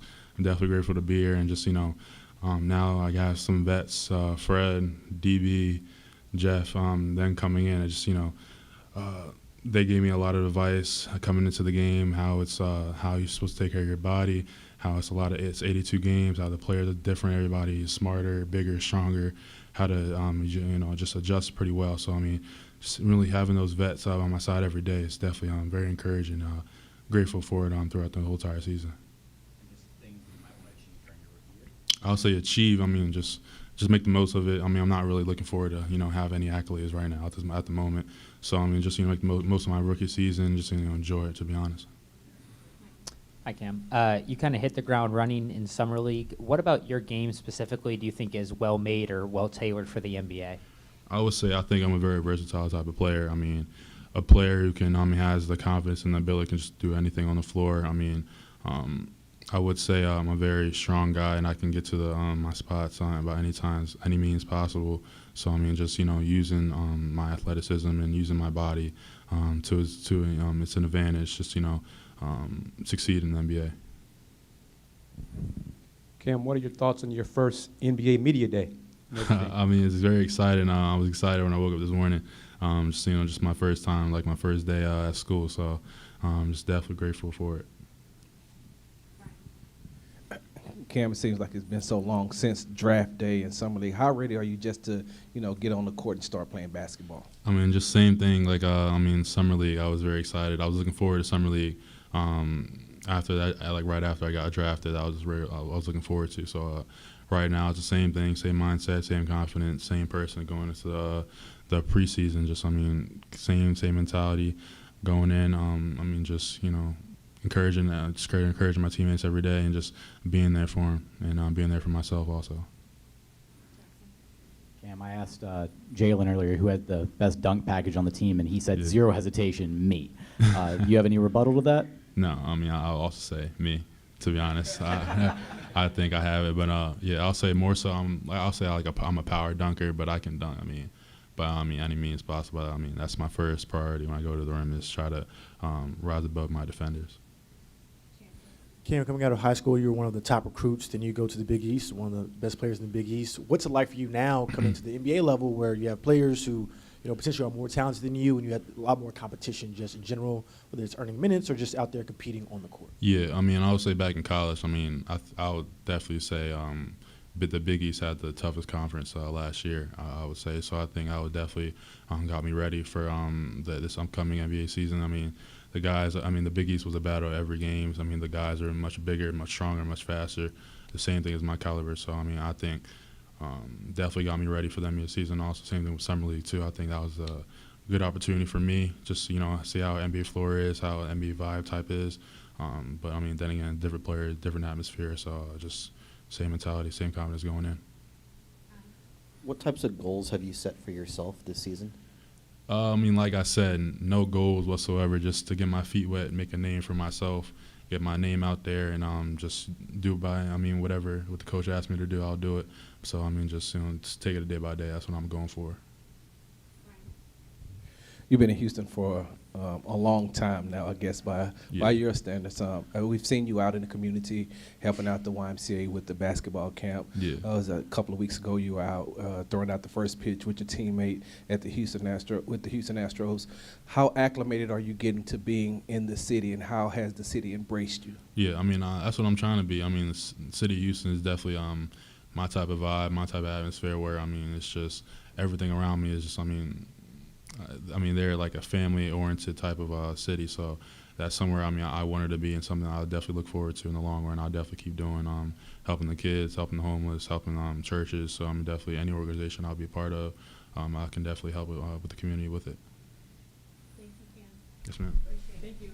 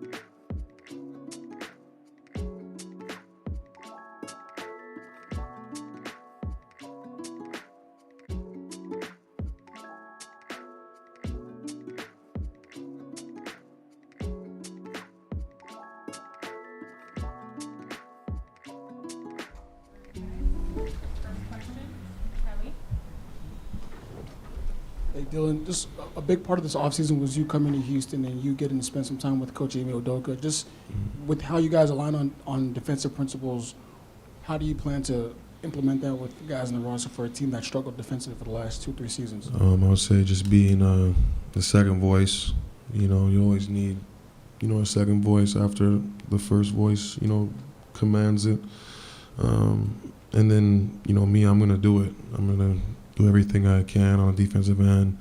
If it's guarding the best player, diving on loose balls, you know, getting physical with another player or whatever, you know, I'm about all that. You've played against the Rockets a bunch over the last few years. What did you make of them from afar, and what have you learned about this group since you signed?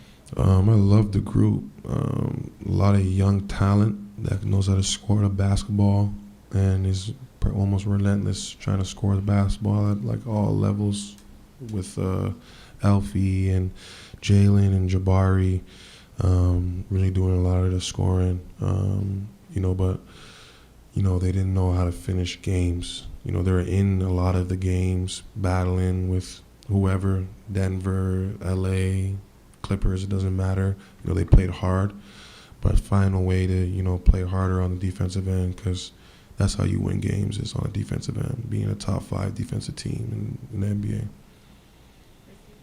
What expectations do you have for a team like this that's looking to kind of return to contention after several tough years? When with you've been winning. So when you come into a situation like this, what are you expecting? Baby steps. Every day is a learning lesson. You know, every game is a learning lesson as well, because the potential is there. You know, you don't ever expect to do it all in one shot. You know, it's going to be a slow process. With this training camp, then preseason, you know, just trying to get 1% better, you know, each and every day. You sort of touched on this, but a lot of talk today about the desire to turn things around. Mm-hmm. Are there aspects of the game that you would point to as this is what's needed, this is what's necessary to change the direction of this team and this program? I think the desire is there from, you know, 1 through the whole organization. But like I said, it's going to take, you know, little baby steps here and there, and starts on that defensive end. You know, we got a lot of, you know, special talents that can score the basketball, find ways to get teammates involved, but it's all going to, you know, depend on that defense and rebounding. Do you think that with the way that you play the game, with the passion in which you play it, that the media misrepresents you sometimes? And if so, what are we missing as far as that is concerned? I'm just a competitor. You know, I love to compete at a high level, and I just feel like a lot of guys just want to just play in their, you know, play in their bubble, you know, and then when, you know, the heat gets turned up, they start, you know, feeling away. And then, you know, with the media, you know, I'm not saying it's y'all, but, you know, you guys love to do the clickbaits and all that stuff, which is cool. It's good for the fans and all that. But, you know, sometimes, like you said, it misconstrues, you know, a person. So, you know, I just love to compete at all costs. You know, I do everything to, you know, either get into a player's head or make him tired. And I've been pretty good at it. I've been, you know, working that trade for a while. You had a really strong World Cup run for Team Canada. Was there anything you learned about yourself through that experience, and what are some of the things that perhaps you can take out of that run to be ready for this training camp and the start of the regular season later this month? Just going through my routine, the same routine I was doing when I was over there. You know, that coaching staff, you know, believed in me just as much as, you know, our coaching staff believes in me here. And then, you know, having that same confidence, you know, each and every day to be the greatest player and person that I can be. Hey, Dylan. Welcome to Houston. How would you best describe your leadership style, and what have kind of the conversations been like with the coaching staff so far, and kind of their expectations for you as one of the veteran leaders for this team? I'm real vocal, as you probably guys know. I'm real vocal. Sometimes, like I try to tell the players, which I'm going to tell them when I get to training camp, that don't take my words, like the delivery of them. Just take him. Actually, how do you say it? Don't take the yelling part of it, because sometimes it's the heat of the moment. Just remember the words that I'm saying, because at the end of the day, we both, whoever I'm, talking to or whatever, we both want the same goal, and it's to win. And then, whatever the coaches need me to do on the leadership standpoint, on talking or roles or whatever, I'm ready for it, to excel and to do better. Dylan, what are your thoughts on Jabari and Tari's potential defensively? They got a lot of potential. It's just if they want to put the effort in. That's what defense is effort. And then there's, there's little strategies and stuff like that. You're dealing with great players, but the effort is there. They have, all the intangibles, wingspan, the thoughts of getting steals, and all they gotta just, do is just have the effort, be in the right positions, and focus, more on it, because it's, that's what's gonna make us a better team. Is, all 10 guys, ready to play defense, ready to, relish on the defensive end, so we can, get out and, play well on the offensive end. It's been quite the interesting 5-6 months for you. Your profile kind of grew. You signed a big contract, played well in FIBA. Anything you kind of learned about yourself in this past 4, 5, 6 month period? It brought me closer to myself. I feel like I was on social media every single day, every single week. So it just brought me closer to myself. In me knowing who I am, not letting anybody change it, because I don't speak on anything, unless it's you right here in front of me and I can see you, and you can ask me the question, I answer it. But all the other stuff on social media, I don't answer any to it, because it's their perception of me. But just like I said before, it just brought me closer to myself, and knowing what I can do on each and every day, given every day. So, yeah. Dylan, you've always been a guy who's played with a chip on his shoulder, dating back to your days at Oregon. How much bigger is that chip now that you're with a different organization, and particularly with the way that things did in Memphis? Big chip. That's one of the games that's circled on my list, and we get to get them 4 times, so it's amazing.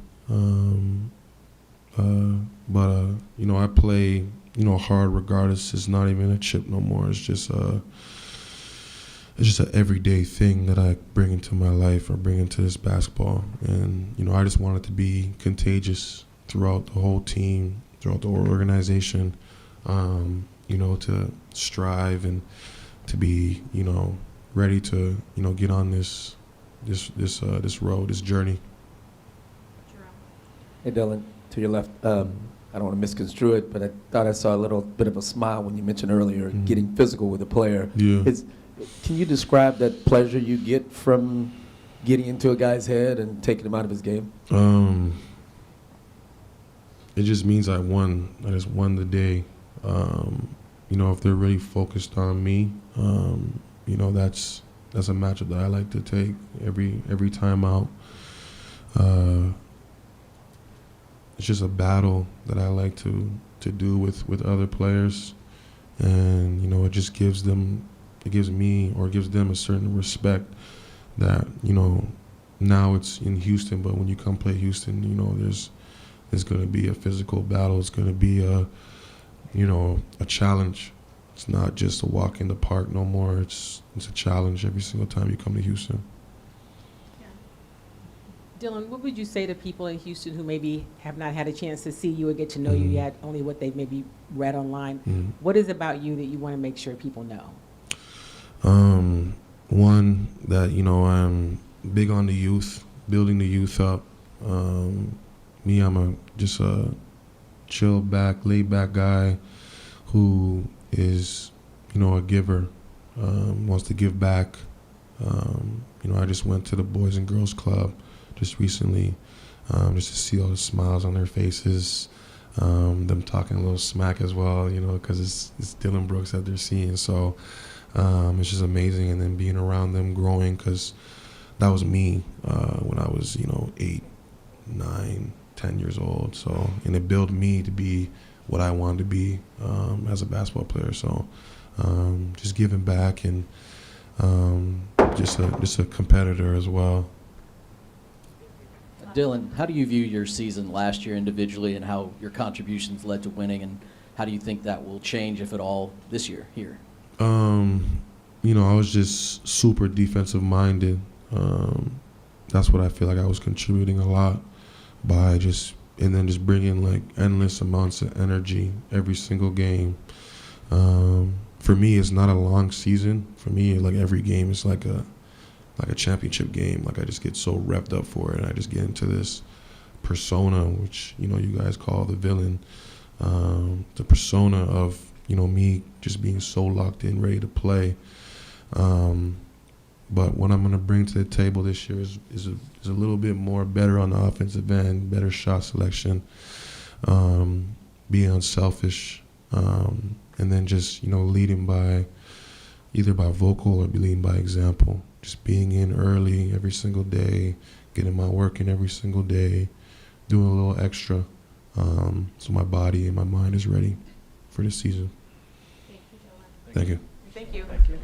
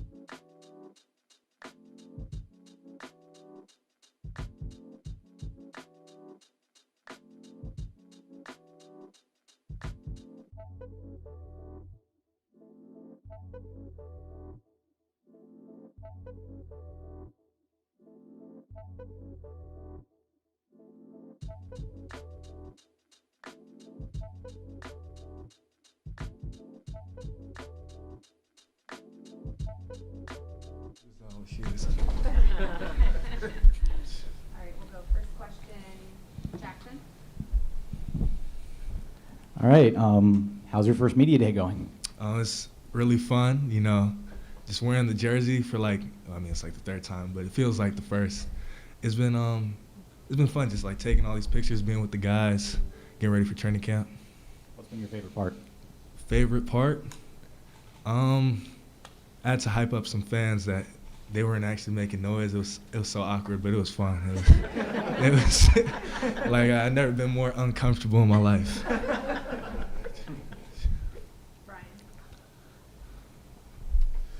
How have you gotten acclimated to being in Houston, and how much does your family mean to you on this journey?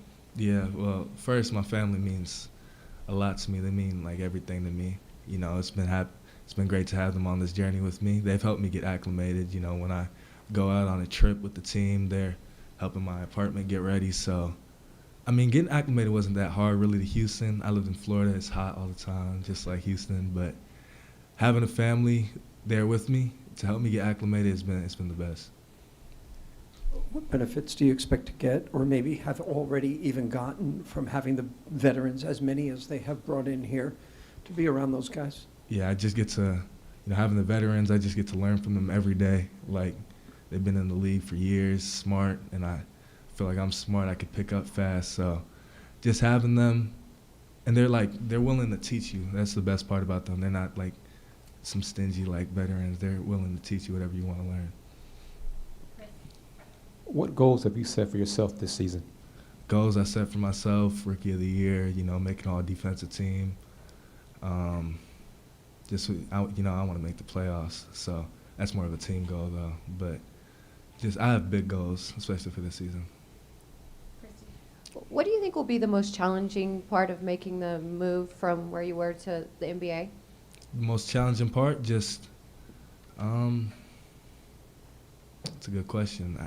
To be honest, I guess the guys are bigger, but I feel like there's no challenge that I'm not ready for. So I'll just say the guys are more experienced, bigger. What were your thoughts in July when this team did bring in this kind of quartet of free agents? And do you find it fortunate at all that you're joining a situation of not all young players like some of the other rookies in previous years have had? Yeah, I mean, having these guys, like I said earlier, just to learn from, it's not like I'm having just like straight rookies to learn from, even though I've learned a lot from even our young dudes like Jalen, 𝗪𝗧𝗪, they teach a lot. But having these veterans that could teach all of us, so, in turn, next year, we could teach the new guys. Can you talk about what you've learned about yourself since you've been drafted and what you've learned to this point about the NBA? What I've learned about myself, really, is just that what I learned about myself, I don't know. I just feel like being here, I feel like I could be great. Like, that's really what I guess, learned about myself.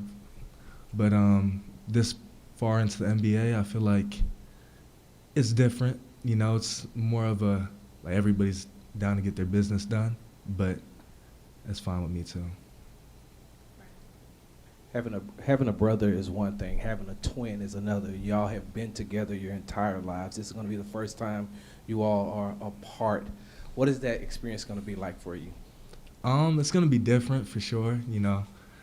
The longest I've been away from him, before I got drafted, was 2 days. Now it's been like 2 months. But, I talk to him all the time, and it's going to be fun when we first play. We're really competitive, so it's going to be fun.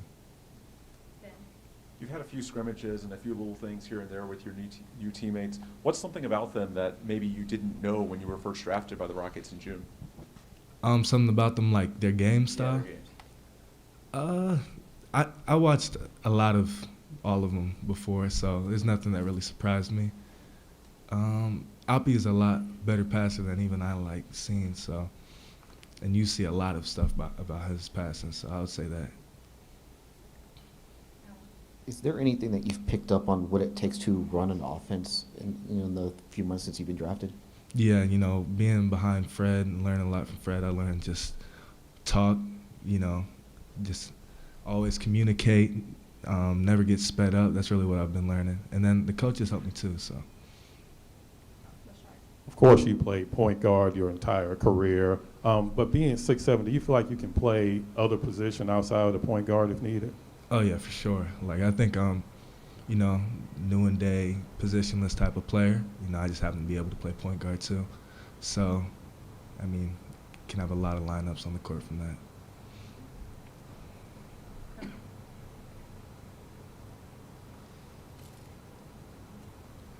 What do you think about just the group? We talk so much about the veteran side. You mentioned a little bit about the younger players. It's a huge group of younger 19, 20, 21-year-old players you're going to be growing with. Is that exciting beyond just the basketball maybe? Yeah, it's super exciting. These guys that I can relate to, they're close to my age and they're so talented and so skilled. And I just feel like we can do great things. Thank you. Thank you guys. Thank you. You look like, I know, right?